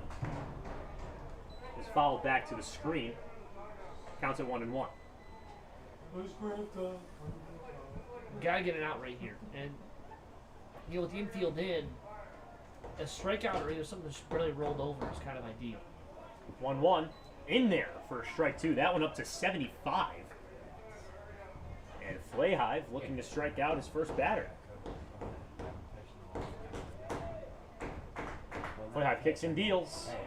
Fastball just misses on the outside part of the plate. The count's even at 2. Looks really good, Joe. Thought it was going to be strike 3 there for a second. 2-2 offering. This one is lined right at Michael Dallas, but it goes off his glove into left field. Scoring easily is Livingston. Norson goes to 3rd. It's an RBI single for Garrett Prosper, and Auburn is just putting it on the Blue Sox. It's 6-0. Yeah, that's, you know, hit right at Dallas. And thought he was going to come up with that ball, Joe. It would have been an awesome cat-like reflexes type play there.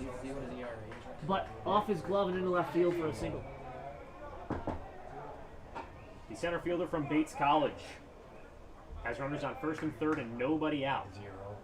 First pitch from Flahey misses on the inside part. The count is at 1-0. Adall is 2 for 2, a single, a double, an RBI, and a run score. 6-0 lead for the Doubledays. And here's the 1-0. Slider that never broke into the plate, so the count goes to 2-0. 6 runs, 9 hits, an error for the Doubledays. No runs, no hits, 2 errors in the top of the 5th for Utica. So it's fouled back to the screen. The count goes to 2-1 on Tyler Adall. On the season, Tyler Adall batted .258, an on-base percentage of .326. He's got runners on the corners with nobody away. Norson is the responsibility of Jacob Rosenkrantz. Flahey checks over at first, but Prosper gets back there in time. Flahey, he's got a really nice move over to first, Jack.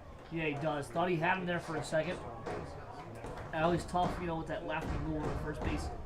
Can easily get caught kind of daydreaming out there and almost able to get him. Flahey comes set, hands at the chest. He kicks and fires. This one's flared into right field, down for a base hit. De Leon plays it off the hop. Rounding second is Prosper. Play in at 3rd. Javier slaps on the tag, and he's out! What a throw from Luis De Leon for out number 1. It's an RBI single for Tyler Adall to make it 7-0 Doubledays. But what a throw from De Leon to throw out Garrett Prosper. Yeah, unreal throw out there to nab him at 3rd base. Looked like Javier wasn't even ready for the ball to come to him for a second there, Joe. No, I think that, you know, you never really know with De Leon, right? Because he does have that great arm, but a guy like Garrett Prosper has wheels over at first base. He's rounding, looking for 3 the whole way. You have to imagine he was going to get in there safely. But a better throw from De Leon gets Prosper out for the first out of the inning. It was an RBI single. So the Doubledays now with a substantial lead over the Blue Sox. It is 7-0. The 10th hit of the ball game for the Doubledays. Counts at 1-0 to Logan Matson with a sac fly in the third. Gonna have to get an out right here. This is a big at bat. 1-0. This is high for ball 2. The fastball couldn't catch the top of the zone.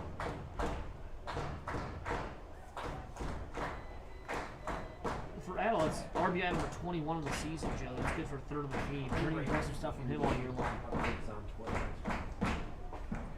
2-0. Fastball that catches inside part of the plate. Count goes to 2-1.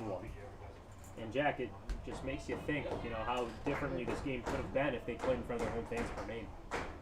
Yeah, really, Joe. That is a big question mark, obviously. 2-1 finds its way into the zone. The fastball evens up the count at 2. And, obviously unfortunate that Utica, with the so-called home field advantage, has to actually go and play the supposed to be visiting team in Auburn here at their home park. Full count now to Logan Matson. The runner on second is Tyler Adel. The Doubledays up 7-0. 10 hits for Auburn as well. There's 3-2. Swing is grounded foul right back to the catcher, DeFederico.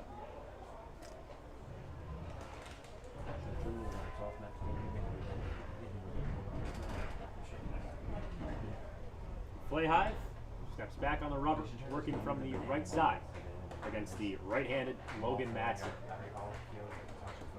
Payoff pitch. Curveball swung on and missed. That thing broke about, 5 feet. Yeah, really good. For out number 2. Number 3, pitcher Carson Dunkel. So Matson goes down swinging for out number 2, and that's a pretty big timeout for Flayhive out of the pen. Yeah, it is. And you got to get Dunkel out here to try and get out of this inning, and hopefully the bats will come alive soon for Utica. You imagine that, the Blue Sox just have to get that offensive firepower started pretty quickly. Because, look, you were halfway through this baseball game, and the Blue Sox still haven't registered it yet. So it's up for the Blue Sox bats to really get going here at the end of this game and getting in to the middle portion of the innings. 1-1 count now to Carson Dunkel. Swings through a fastball, and the count goes to 1-2.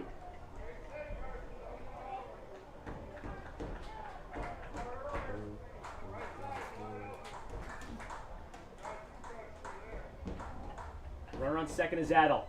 Dancing over at second. Here's the 1-2. This one's fouled over the third base bag, and the count will stay at 1-2.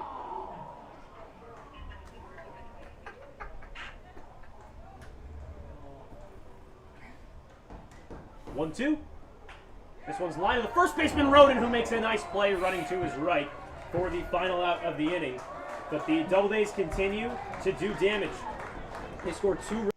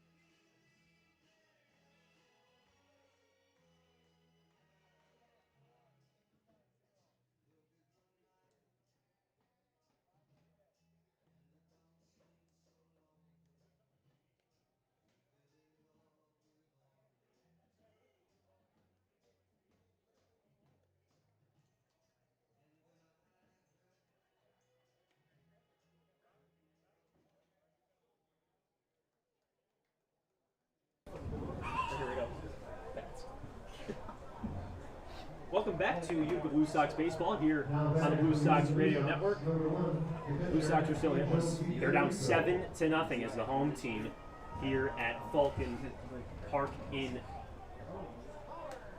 Auburn. Pretty sure it's Falcon, not Falcon. I don't know where you got that one from. No idea. First pitch hits Angel to Federico. The Blue Sox start the inning with a base runner, and that could be the start of something here, Jack. Hold on to your hats, folks. Utica, getting a guy on base early in an inning, it's a little bit different than the strategy we've seen in the first couple of innings, Joe. Yeah, this is just letting themselves get mown down. We'll see if they can get a little bit of life going here. This is the first time that, or excuse me, the second time that the Blue Sox have had the first base runner of the inning get on base. So that brings up Michael Dallas, who struck out swinging in the second inning. He takes a slider that misses high and outside for ball one.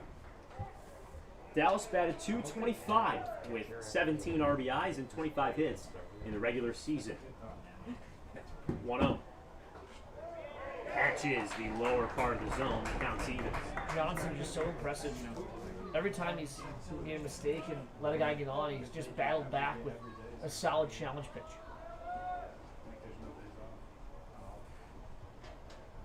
1-1. Misses low and away, and the count goes to 2-1.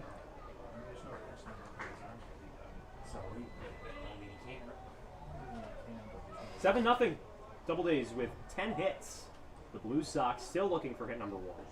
Now swings through a off-speed, look like a changeup on the outside part. The count goes to 2-2.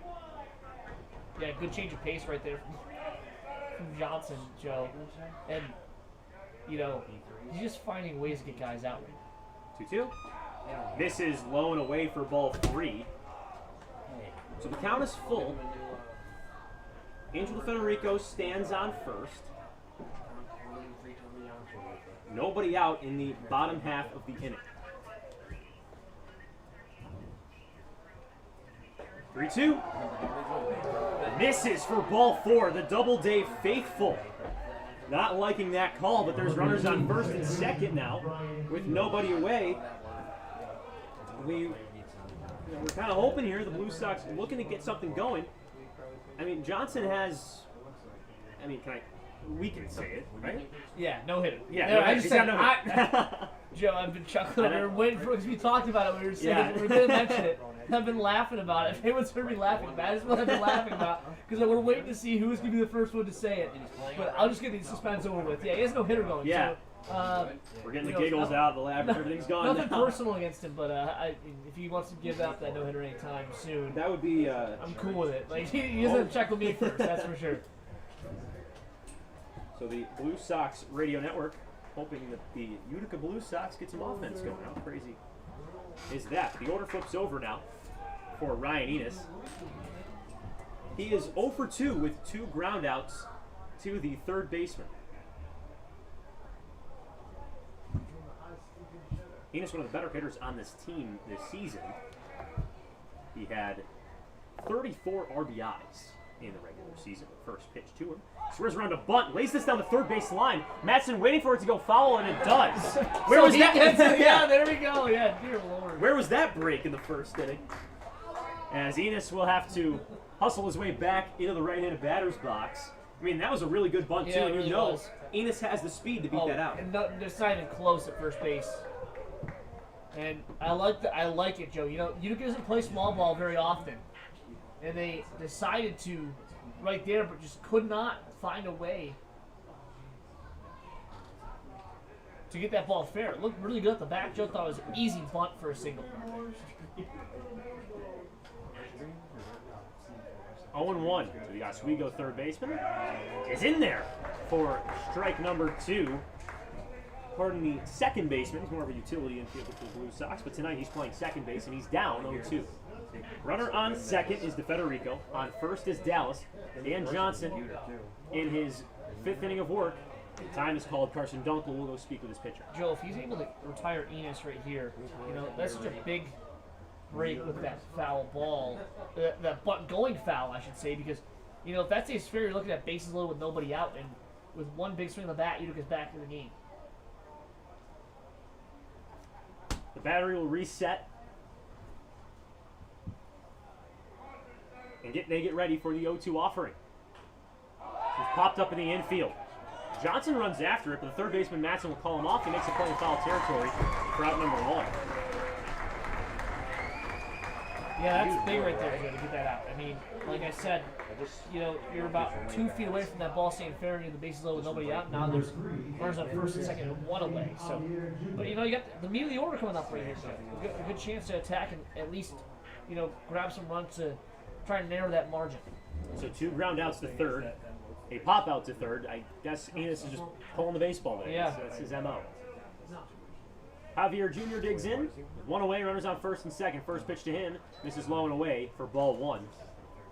Still no hits for the Blue Sox. Yeah. A no-hitter in the works for the Keep Auburn saying it. Doubledays. Just keep saying it. Eventually we'll. Hey, we need something here. Oh god.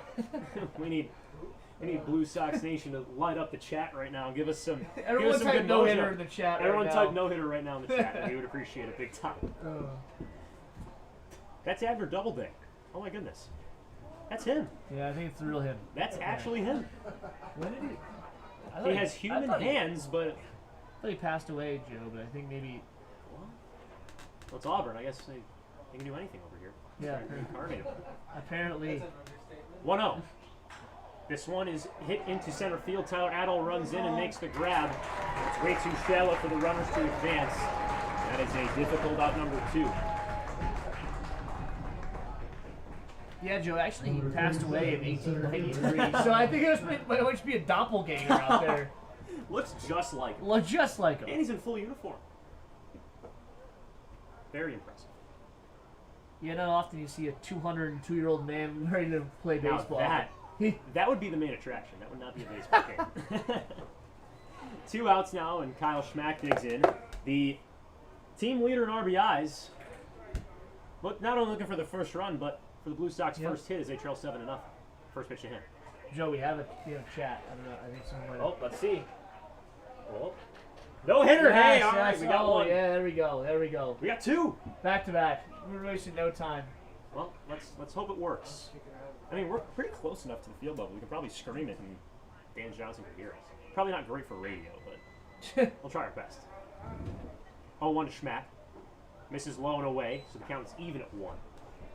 What a summer for Kyle Schmack, Jack. Yeah, really impressive all summer long for him. He's just, done a great job producing runs. 34 RBIs for him. Only 36 hits, Joe. So, he's making the most of his chances at the plate. Johnson kicks and deals.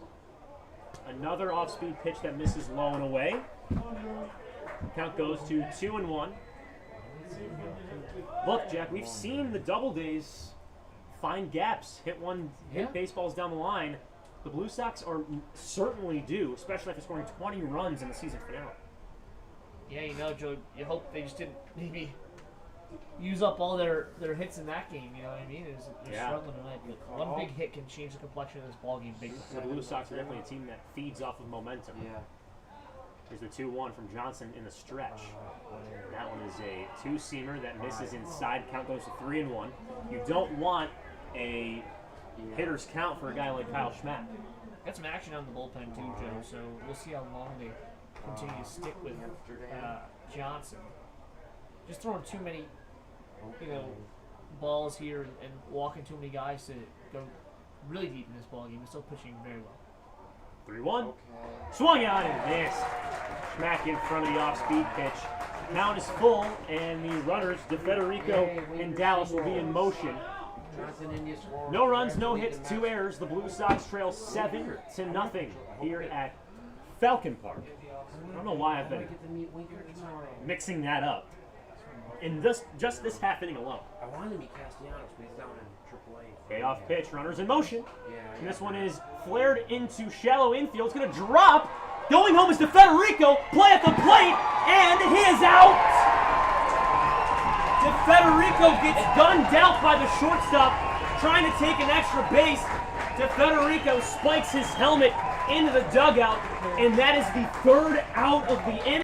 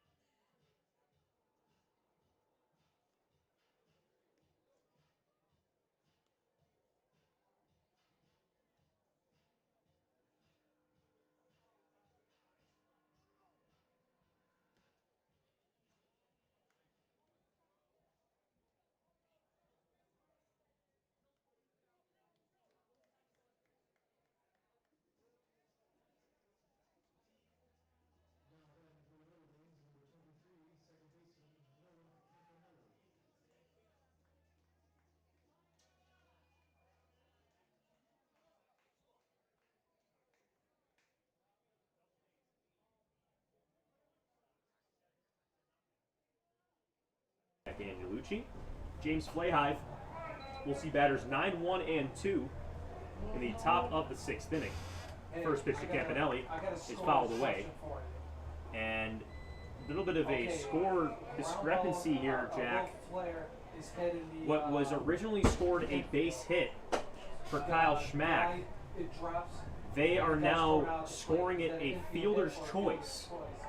So the no-hitter stays alive. It was originally called an infield single, and then DeFederico was thrown out 6-2.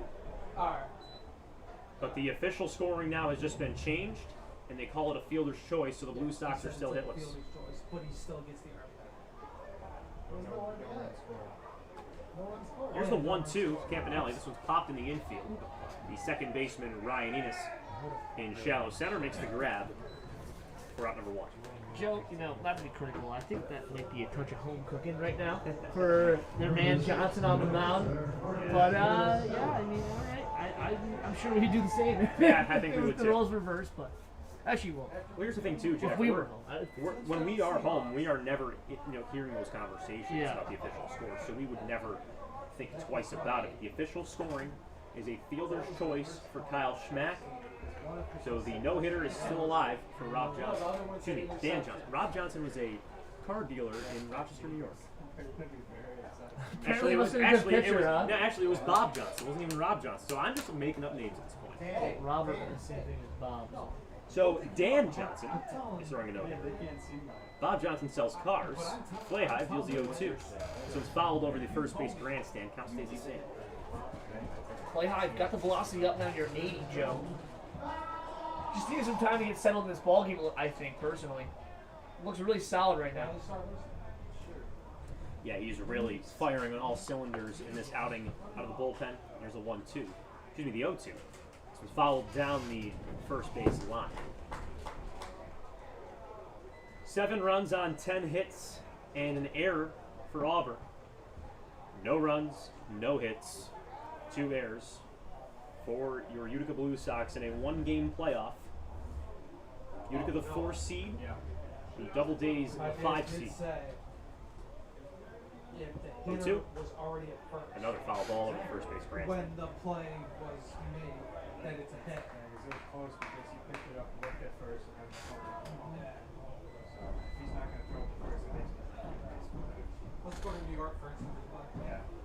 The right-handed Marcus Maristella trying to fight back with the 0-2 count. That one's way inside. Fastball Let's go to gets Maristella dancing out of the way, and the count goes to 1-2.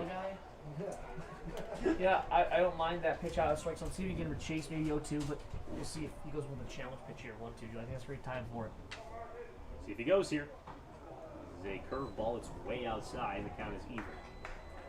The last thing, if you're Flahive, is to get this at-bat out of your hands. 2-2 count. Flahive's fastball's been on tonight. Here's the pitch. Fouled back to the screen. And, I mean, Maristella's not helping either, fouling off every pitch. Yeah, exactly. These guys are being feisty in the box tonight for Auburn. Definitely different than the team we've seen the last 2 times these 2 teams have met, Joe. Look a lot more motivated, obviously, because of the playoffs, but, I mean, Utica handled them pretty easily the last 2 times they played. Flahive deals, and another foul ball. This one lands in the first base grandstand. Falcon Park, an absolutely beautiful stadium. Yeah, absolutely. The Doubledays, members of the New York Penn League just a few years ago, just like the Batavia Muck Dogs. This is their inaugural season in the PGCBL, and they're certainly going to be a foe of the Utica Blue Sox for years to come. Absolutely. 2-2. This one's grounded to the shortstop, Dallas. Fields to his right, bobbles it sort of, but throws over first. Roden with the scoop, and he gets him in time. What a play by Dallas and Roden to record out number 2. Yeah, not easy to get to that baseball if you're Dallas in the hold there, and he was able to pick it up pretty cleanly, and that was just absolutely fired across the diamond, Joe. And a great scoop by Roden.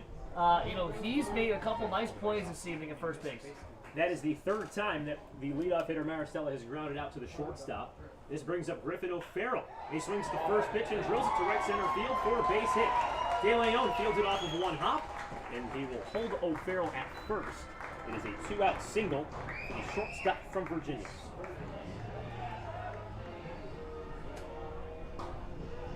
Good piece of hitting right there. Just didn't try to do too much with the just went with that baseball in right center field and, you know, trying to get some two-out magic start for his team, who's just been rolling all game long here. I mean, they scored in 4 of the 5 innings in this ball game, Joe. And they hold a substantial lead. And any more runs, you think they might be putting a fork in this one? First pitch fastball, Livingston is in there for strike number 1, and yeah, I mean, any more runs here's just insurance for the Doubledays. Utica still hitless, so it's going to be up to the Blue Sox lineup to help out the pitching and defense tonight. 2 errors for the Blue Sox. The first error was in the first inning. It was an error on the center fielder Kyle Schmack, a throwing error, and then Eddie Javier Jr. with a throwing error as well. That occurred in inning number 3.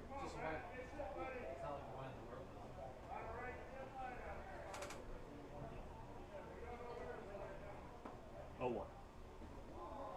Slider that breaks into the zone. A great pitch to the left-handed Livingston, and the count is 0-2. 7-0. The Auburn Doubledays lead. They are the away team in tonight's ballgame. Here's the 0-2. This one is sent into left field. Tanner Kim ranges back and makes the play for the final out of the inning. No runs on 1 hit, no errors, and 1 man left on base. We'll go to the bottom half of the 6th here on the Blue Sox Radio Network. It is 7-0 Auburn.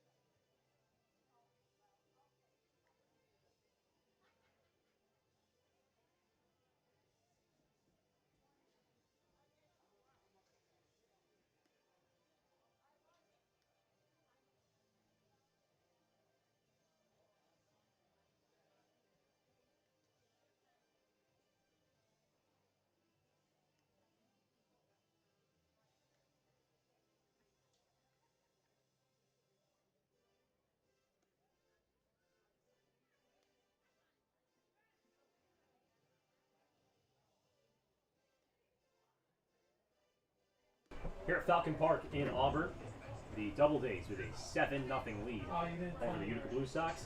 And a no-hitter for Dan Johnson. A no-hitter for Dan Johnson. No-hitter. And a no-hitter for Dan Johnson. No runs, no hits for the Blue Sox. And we will see batters 4, 5, and 6. DeLeon, Roden, and Kim. Jack, this is probably the 3 guys that you want to see. Brandon Matthews in the game, number 25.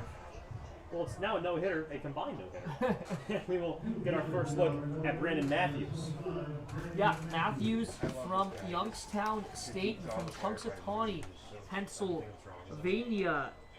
Joe, as looking at his stats so far this season, 12 appearances, all in relief, 20 innings for him. He has a 4.5 ERA, 3-1 record with 2 saves on the season. Final line for Dan Johnson, 5 innings full, no hits, no runs, 4 strikeouts and 3 walks.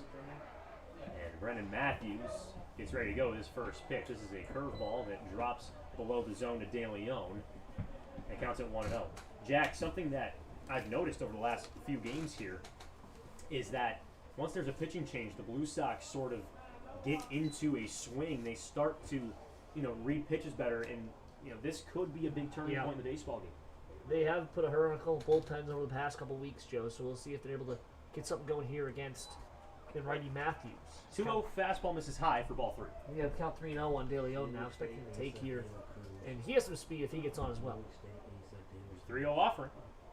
That one's in there for strike number 1. Two-seamer sitting at 82 miles an hour.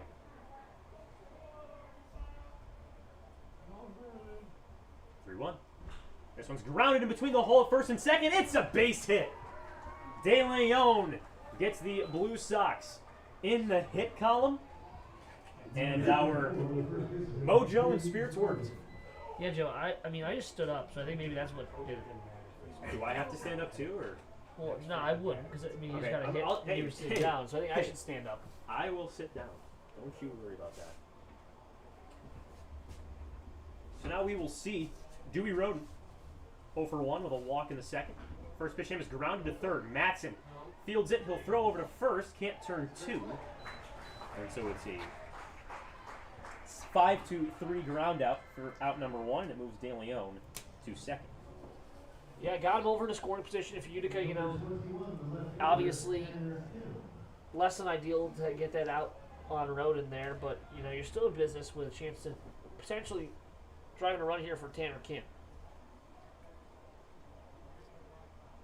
No runs, 1 hit, 2 errors for the Blue Sox here in the bottom of the sixth. It's the Auburn Doubledays that lead 7-0 over the quote-unquote home team, the Utica Blue Sox. Kim is 0 for 2 tonight. Strikeout looking and a line out to first base. He takes a curveball outside for ball 1.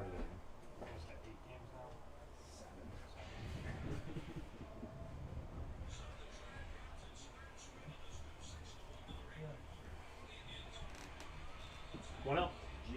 The fastball that misses low and away, sitting at 85 miles an hour for Matthews. Counts at 2-0.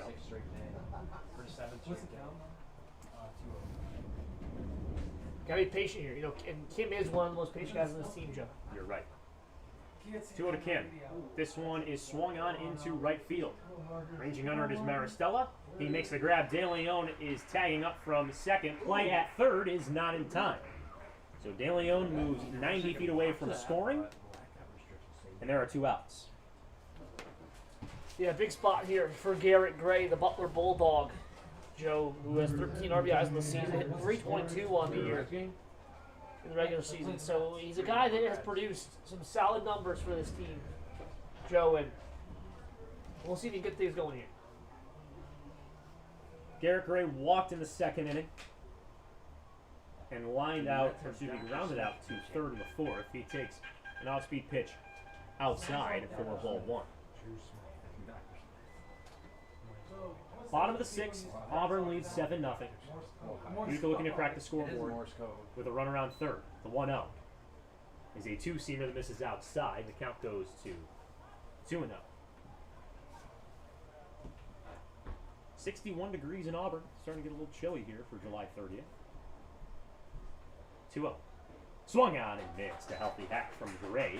The count goes 2-1. Yeah, that one at 86 right there, Joe, and definitely turning it up here as he's trying to get this third out of the inning. The runner on third is De Leon. He had a leadoff single, but the Doubledays have recorded 2 outs since then. Gray fouls this one over the third base grandstand, and Matthews has the ability to keep this thing scoreless with 1 more strike.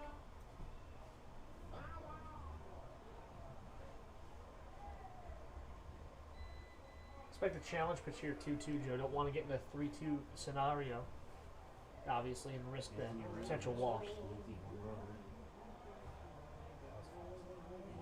Matthews comes set with the hands at his head. From the right side of the rubber, he kicks and deals. Swung on and missed. He got him. The curveball pulls the string on Gray to retire.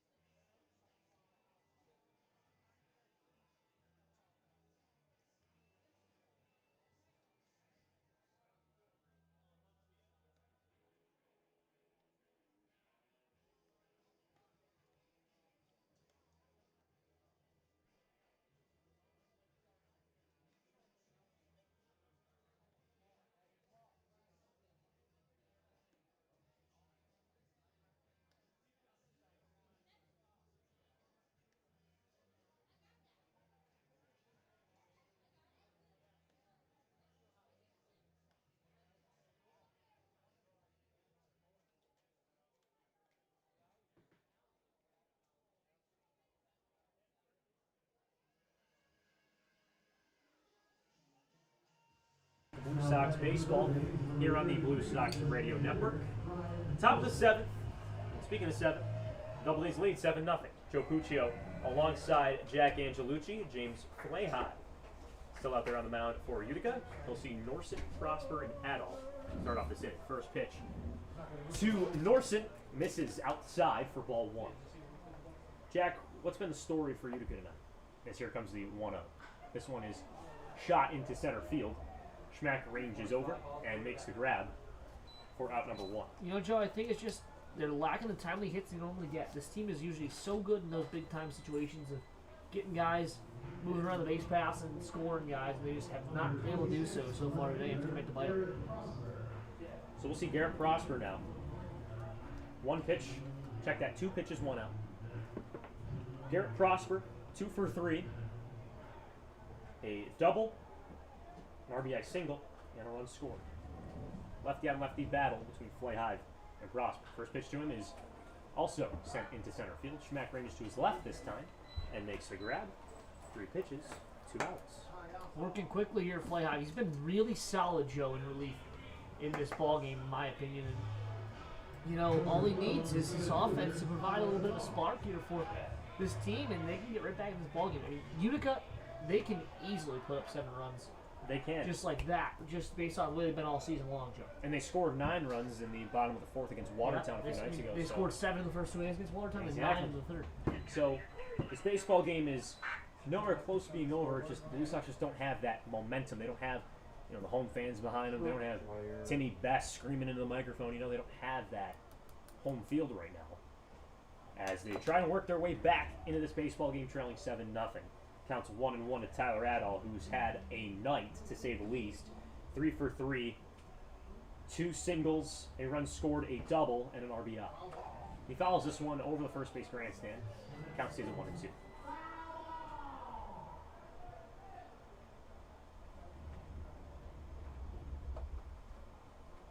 We thank you for joining us here on the Blue Sox Radio Network.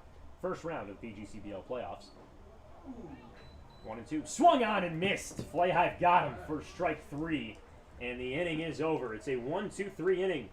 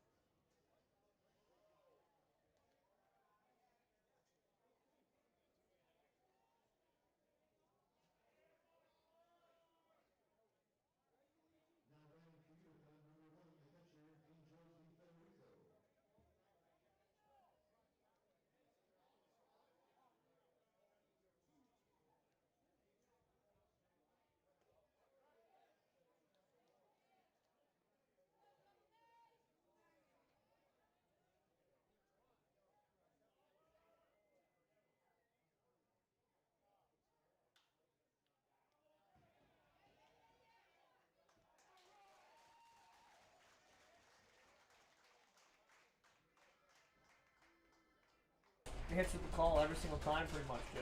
He's had a sac fly, he's had a single, and he's made, I think, at least 80% of the outs tonight. 3. Count them up. 4 or 5 ground balls. Unbelievable. As Michael Dallas stands in with one away. Blue Sox only one hit. They trail 7-0 in the one-game first round of the PGCBL playoffs. All games this postseason are one game except for PGCBL Championship, which is a best of 3. Matthews gets the sign from Dunkel. He deals.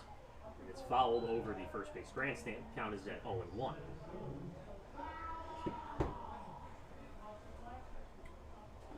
We'll see if Dallas gets something going here. He's had a double leadoff effect multiple times this season for Utica, and they meet right here. 0-1. Misses low. Counts even at 1.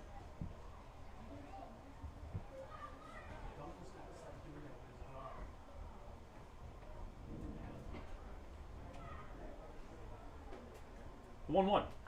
This one is drilled to deep center field. Going back is Adol. He reads it in the lights and makes the play for out number 2. The Blue Sox could not buy an out if they or buy a base hit if they wanted to. They can buy out. If only that was the case. And then he tries to bring it up.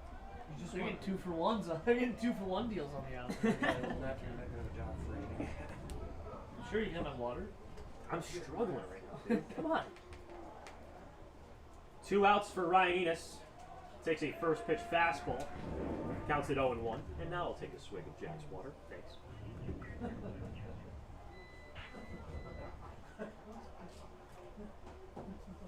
0-1. Slider, great slider at that, but it just misses on the outside part of the plate. Counts at 1-1.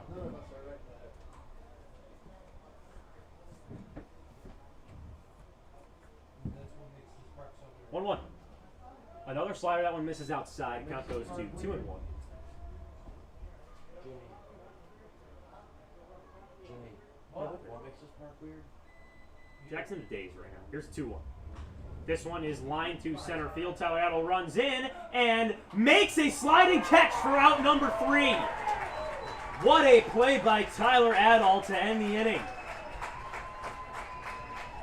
Yeah, I was looking at that, Joe. That's what I was looking at. I mean, oh my goodness. You can't get a ball past these guys, man. Magnets out there. No runs on no hits, no errors, and no men left on base. We will go to the top of the 8th inning here in Auburn. The Blue Sox trail 7-0.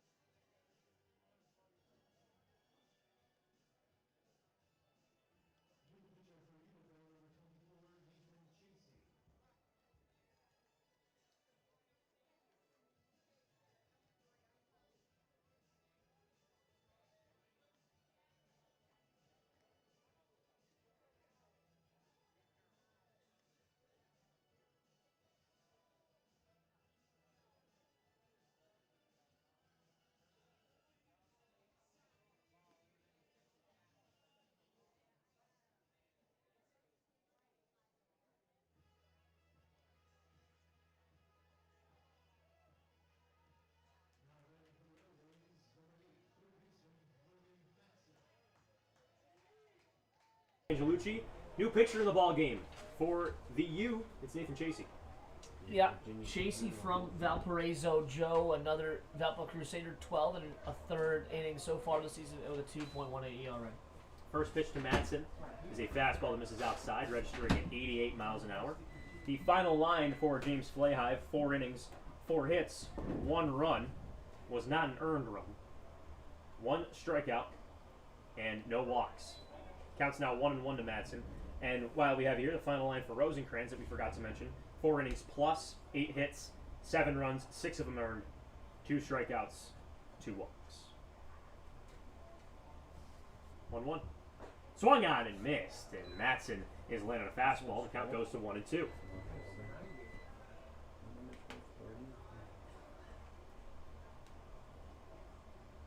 Chasey getting the sign from his college teammate, Angel DeFederico. And gets ready for the 1-2. This one's lined to second baseman Enos, and it's an easy grab for out number 1. Probably the most routine play he's made all summer. Yeah, really, Joe, and that's, game's easy when guys hit the ball right at you, and that's what Auburn's had the luxury of for much of the evening, Joe. That's why I laughed right away, because it's exactly what I thought of. As here comes Carson Dunkel with 1 away in the top of the 8th inning. First pitch is low and away for ball 1.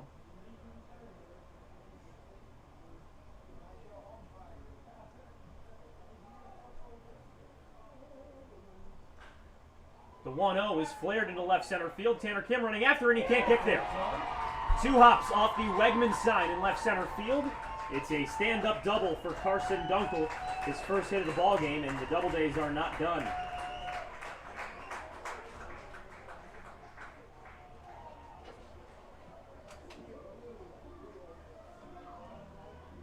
Just a difficult night for the Blue Sox, Jack. I mean, they can't catch a break offensively, and the Doubledays find the gaps pretty easily.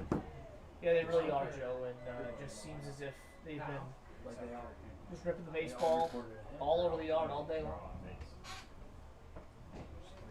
Noah Campanelli digs in with his team up 7-0 and 1 out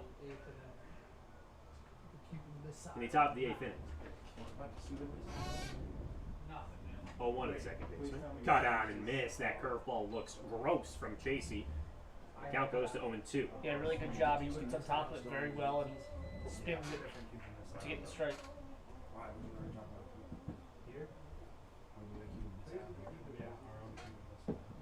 The 0-2. Low and away, but they will not get the strike called. The count stays at 0-2. What do you think Chasey goes with here? I mean, I like probably a fastball right around the letters being a great place to put. The 1-2. Blocked by DeFederico. I was wrong. And the count evens up at 2.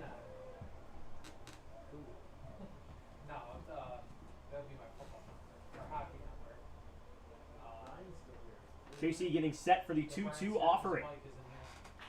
Grounded right back to him. Chasey looks at the runner at second. Going to third is Dunkel, and he is tagged out by Javier Jr. Scored a fielder's choice and a great heads-up play by Nathan Chasey for out number 2 to get the lead runner. Yeah, it is, and I thought I was worried for a second when he threw behind the runner. So they always teach you to throw that ball ahead of him. You know what I mean? Exactly. So I'm surprised he threw that to second base, but it all works out in the end. A good pick by Eddie Javier Jr. at third base too. That throw bounced on. So a big-time out number 2 for the Blue Sox. Again, they're trying to cut into the 7-0 lead, so getting the lead runner is crucial. First pitch to Marcus Maristella. Catches the bottom half of the zone. The count goes to 0-1. Chasey looks comfortable right now. 0-1. 87-mile-an-hour fastball that misses outside. Counts even. We thank you for joining us here on the Blue Sox Radio Network. Joe Puccio alongside Jack Angelucci. 7 runs, 12 hits, and an error for the Doubledays. No runs, 1 hit, 2 errors for Utica. 1-1. Misses. DeFederico pump fakes over to first, but Campanelli will be there safely. No, it's in Germany. Are you going to go to game tomorrow? After the doubleheader. Oh, wait. check over at the runner on first. Campanelli's back there safely. Yeah, Joe, Chasey's just been so reliable for this team. I think it really helps. He seems very comfortable with Federico catching him, Joe. And I think that's been a major help for him all year long. Counts now 3-1 to Maristella. He has grounded out to the shortstop Michael Dallas 3 times. Thrice, if you will. 3-1. 7-inning games. This one's fouled down the first base line. Count is full. With 2 outs, the runner will be in motion.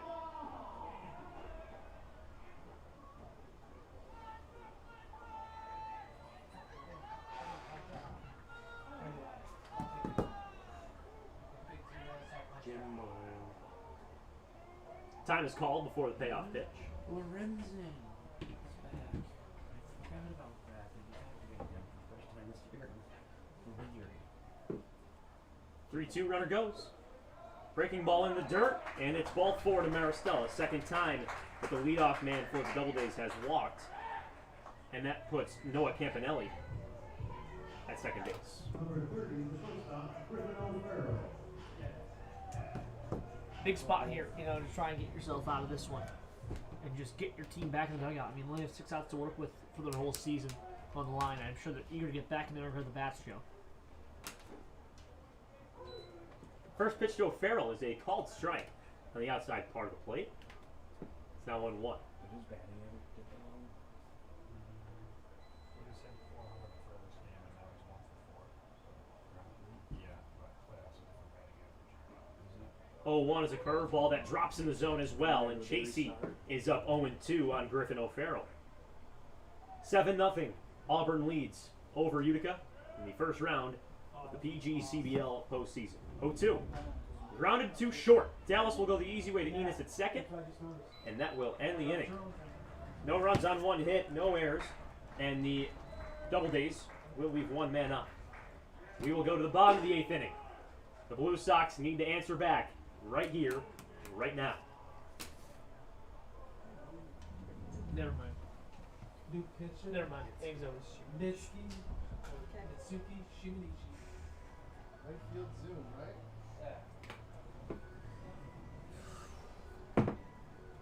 I'm All right, fans, look to the sky for the playoff drone here at Having watch? sure. I hear it. How many people are waving? This scoreboard's tripping me out. Nobody but Yep, it's Falcon Park. It's a Falcon. That's a Falcon. That's not funny. That's not funny. I'm doing that on the air. I'm doing that on the air. Good job. Thank you. Thank you.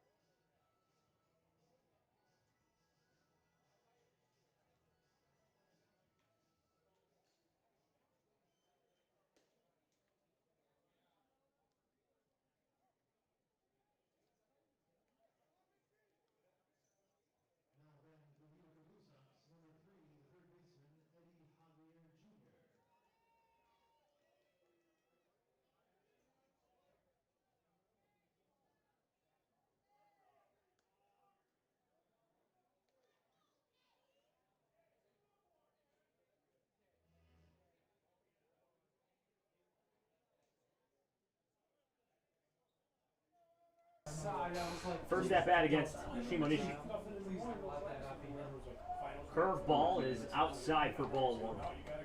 Joe Shimonishi, this is going to be his 11th appearance of the season, 36 2/3 innings with a save and an ERA of 3.92. The two-seamer finds the strike zone. The count is even at 1.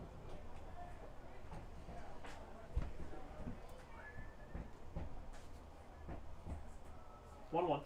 Swung on and missed. Javier Jr. chases the slider in the dirt. The count goes to 1-2. The slider at 78 miles an hour. Still got to stay within yourself here, Joe. If you're Javier Jr. and the rest of the Blue Sox, because you can't just be chasing pitches because your season's on the line. I mean, it hasn't been much good all night. You might as well stay a little more disciplined in these final couple of innings. The 1-2 to the Blue Sox third baseman is lined up the middle, scooped up by the second baseman Campanelli, over to first. What a play in the hole from the second baseman Noah Campanelli, and that's out number 1. That's unbelievable. The reaction on that play was so good. I thought it was a base hit for sure. So Javier Jr. gets ripped of a base hit, 3-1, red. and that brings in Kyle Schmack, who has been on base in every single one of his plate appearances, but no hits to show for it. First pitch from Shimonishi is a changeup outside. Counts it 1-0. There were girls outside. I mean, you don't have that area of restrictions. Righty on righty matchup between Schmack and Shimonishi. Trying to get the same balls and stuff. 1-0. Curveball that just drops in the zone. A beautiful pitch from the righty from Japan. And the count is even at 1. 7-0's your score between the Doubledays and the Blue Sox. Yeah, Shimonishi's motion, and his delivery kind of has some different moving parts to it, Joe, but has some very solid control of his pitches. Count is 1-2 on the Blue Sox center fielder for a swing through a changeup. Now here's the 1-2. Swung on and missed. 2 straight changeups. Gets Schmack down swinging. There are 2 outs. Number 16, right fielder Luis De Leon. So that brings up Luis De Leon, PGCBL Player of the Week, who is 1 for 3 tonight with a single. He was stranded at third base in the 6th, what looked like was going to be Utica's first run of the game. He takes a changeup in the strike zone. The count goes to 0-1. Shimonishi deals a curveball that is just a bit too far inside, and it's 1-1. Jack, just a demoralizing game for the Blue Sox, to say the least. Yeah, it really has been, Joe. Just unfortunate. They looked really solid coming into postseason play. Just haven't been able to get it going all day. 2-1 now. De Leon, and just what if this wasn't just a one-game series between the Blue Sox and the Doubledays? You never know what can happen if you go down to Murnane, and obviously, 4 versus 5 matchup. Utica technically has the home field, but because of the Legion tournament, Utica's had to play this game here in Auburn. Here's a 3-1. This one's grounded to the shortstop, O'Farrell. And this Auburn defense could play in the All-Star game. Yeah. Getting over. No runs, no hits, no errors, no men left on. We'll go to the top of the 9th here in Auburn with the Doubledays up 7-0. Good Ball game.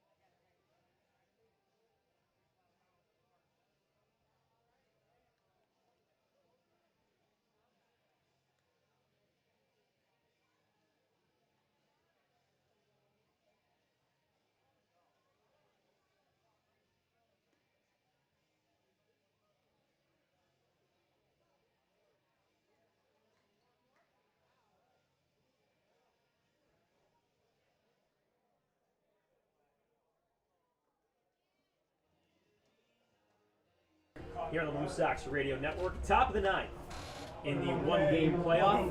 It's a barn burner. Doubledays up 7-0. As we enter the final inning of regulation, Chasey still out there on the mound. He will see Livingston, Norson, and Prosper. First pitch to the first baseman is outside for ball 1. Chasey comes set for the 1-0. Swung on and missed. The beautiful curveball from the righty. The count's even. Yeah, he has very good command of that breaking ball so far in this one, Joe. Guys making chicken patties for the home team. They're chicken patties. 1-1. Swung on and missed once again. That time the changeup that gets Livingston out in front. And the count goes to 1-2. Won't you get a pizza? 7 runs, 12 hits, 1 error for Auburn. No runs, 1 hit, 2 errors for the Blue Sox. Here's the 1-2. This one's grounded to Roden over at first. He's going to flip over to his pitcher, Chasey, who steps on the bag for out number 1. Score a 3-1 ground out for the first out of the inning. Yeah, Joe, you know, it just seems as if Utica, it's so tough because you feel like they really haven't played an awful game defensively.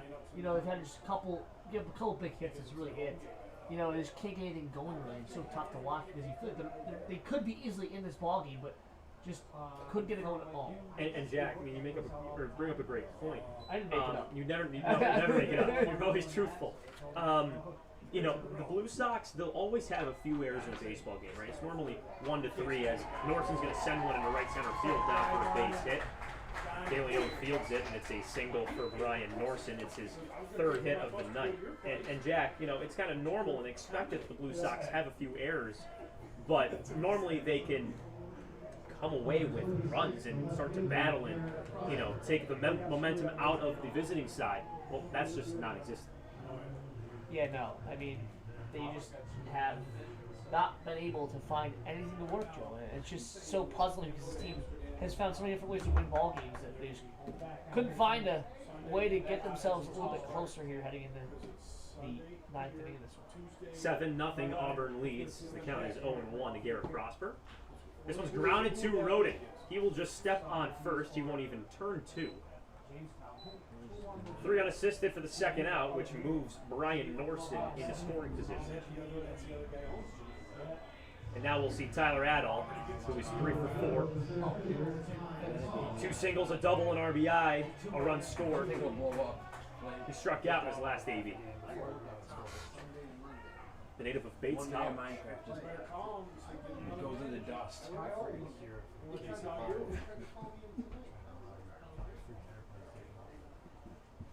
First pitch from Chasey is a called strike on the outside part of the plate, 0-1. I'm shocked it still can't pull those out.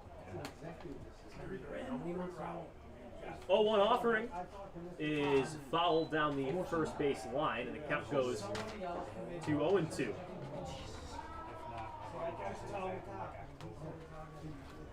Talk to Danny Wagner. If you don't like it, I don't like the Wagner. So he Ben texted me last night. Walmart.com came in clutch. 0-2 from Chasey. Swung on and missed in the dirt. The curveball rings up Tyler Adall for the final out of the inning. No runs on 1 hit. No errors and 1 man left on. The Blue Sox need to score 7 to keep this base.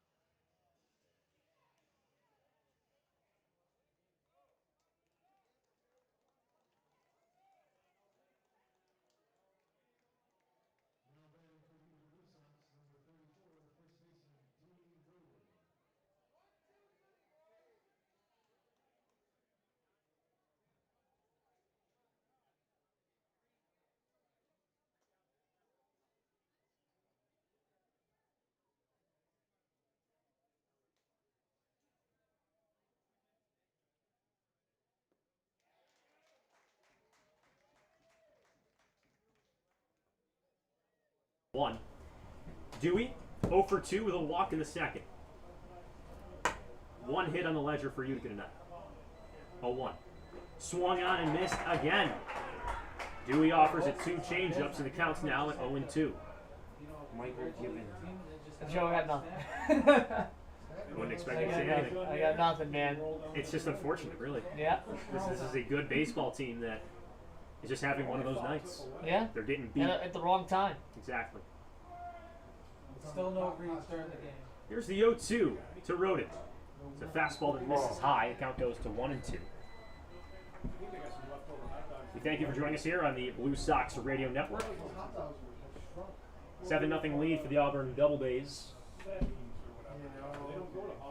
3 outs remaining in the Blue Sox season as we enter the bottom of the 9th. 1-2 from Shimonishi. It's a changeup, pardon, a fastball that's taken on the outside part of the plate. The count is even for Dewey Roden.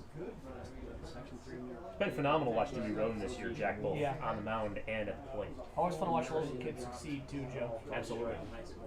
The VVS grad at a 2-2 count. Swung on and missed. Roden strikes out swinging on a fastball, and there's 1 away. Number 21, the left fielder, Tanner Kim. That was me slapping the desk, folks. That's Jack slapping the desk. Just infuriating. That's all I can say. Do you slap our social media manager? No. We can't get hers. Slap the desk, Maya. Boom! There it is. The communications department is... It's an 0-1 count to Tanner Kim, who's 0 for 3. 0-1. Swung on and missed. Tanner Kim's down 0-2. We thank you for joining us not just tonight, but all season long here on the Blue Sox Radio Network. Our listeners really made this summer enjoyable. We thank you for all of your support. Here's the 0-2. This one is grounded to the first baseman, Matt Livingston. He'll flip on a Shimonishi. Blue Sox are down to their final out. Yeah, Joe. Things looking a little bit bleak here. If they weren't already. Yeah, just such a tough week. These guys have been awesome to get to know all season long too. You know, we got a lot of fun with them in the clubhouse, making content with them as well. So, big thanks goes out to them as well and their families for sending them up here to Utica this summer and letting us get a chance to know them and letting us enjoy watching them play baseball. First pitch to the designated hitter Garrett Gray is outside for ball 1. I did a piece with Garrett Gray about a month and a half ago. Really got to understand his story and how well the baseball player he is and where his journey has taken him in his path for college baseball. Counts now 1-1 to the Butler catcher. To announce 1 win tomorrow against Amsterdam. We will be home Sunday at 5. The winner of this game, still TBD, will take on Amsterdam tomorrow. Tune into that broadcast on Facebook Live with my Amsterdam broadcast friends Ethan Frank and Matt Zimbola. 2-1 count now to Garrett Gray as the Doubleday fans get on their feet, and so does Blue Sox Nation. 2-1 to Gray. Swung on and missed for strike 2, and Utic's down to their final strike.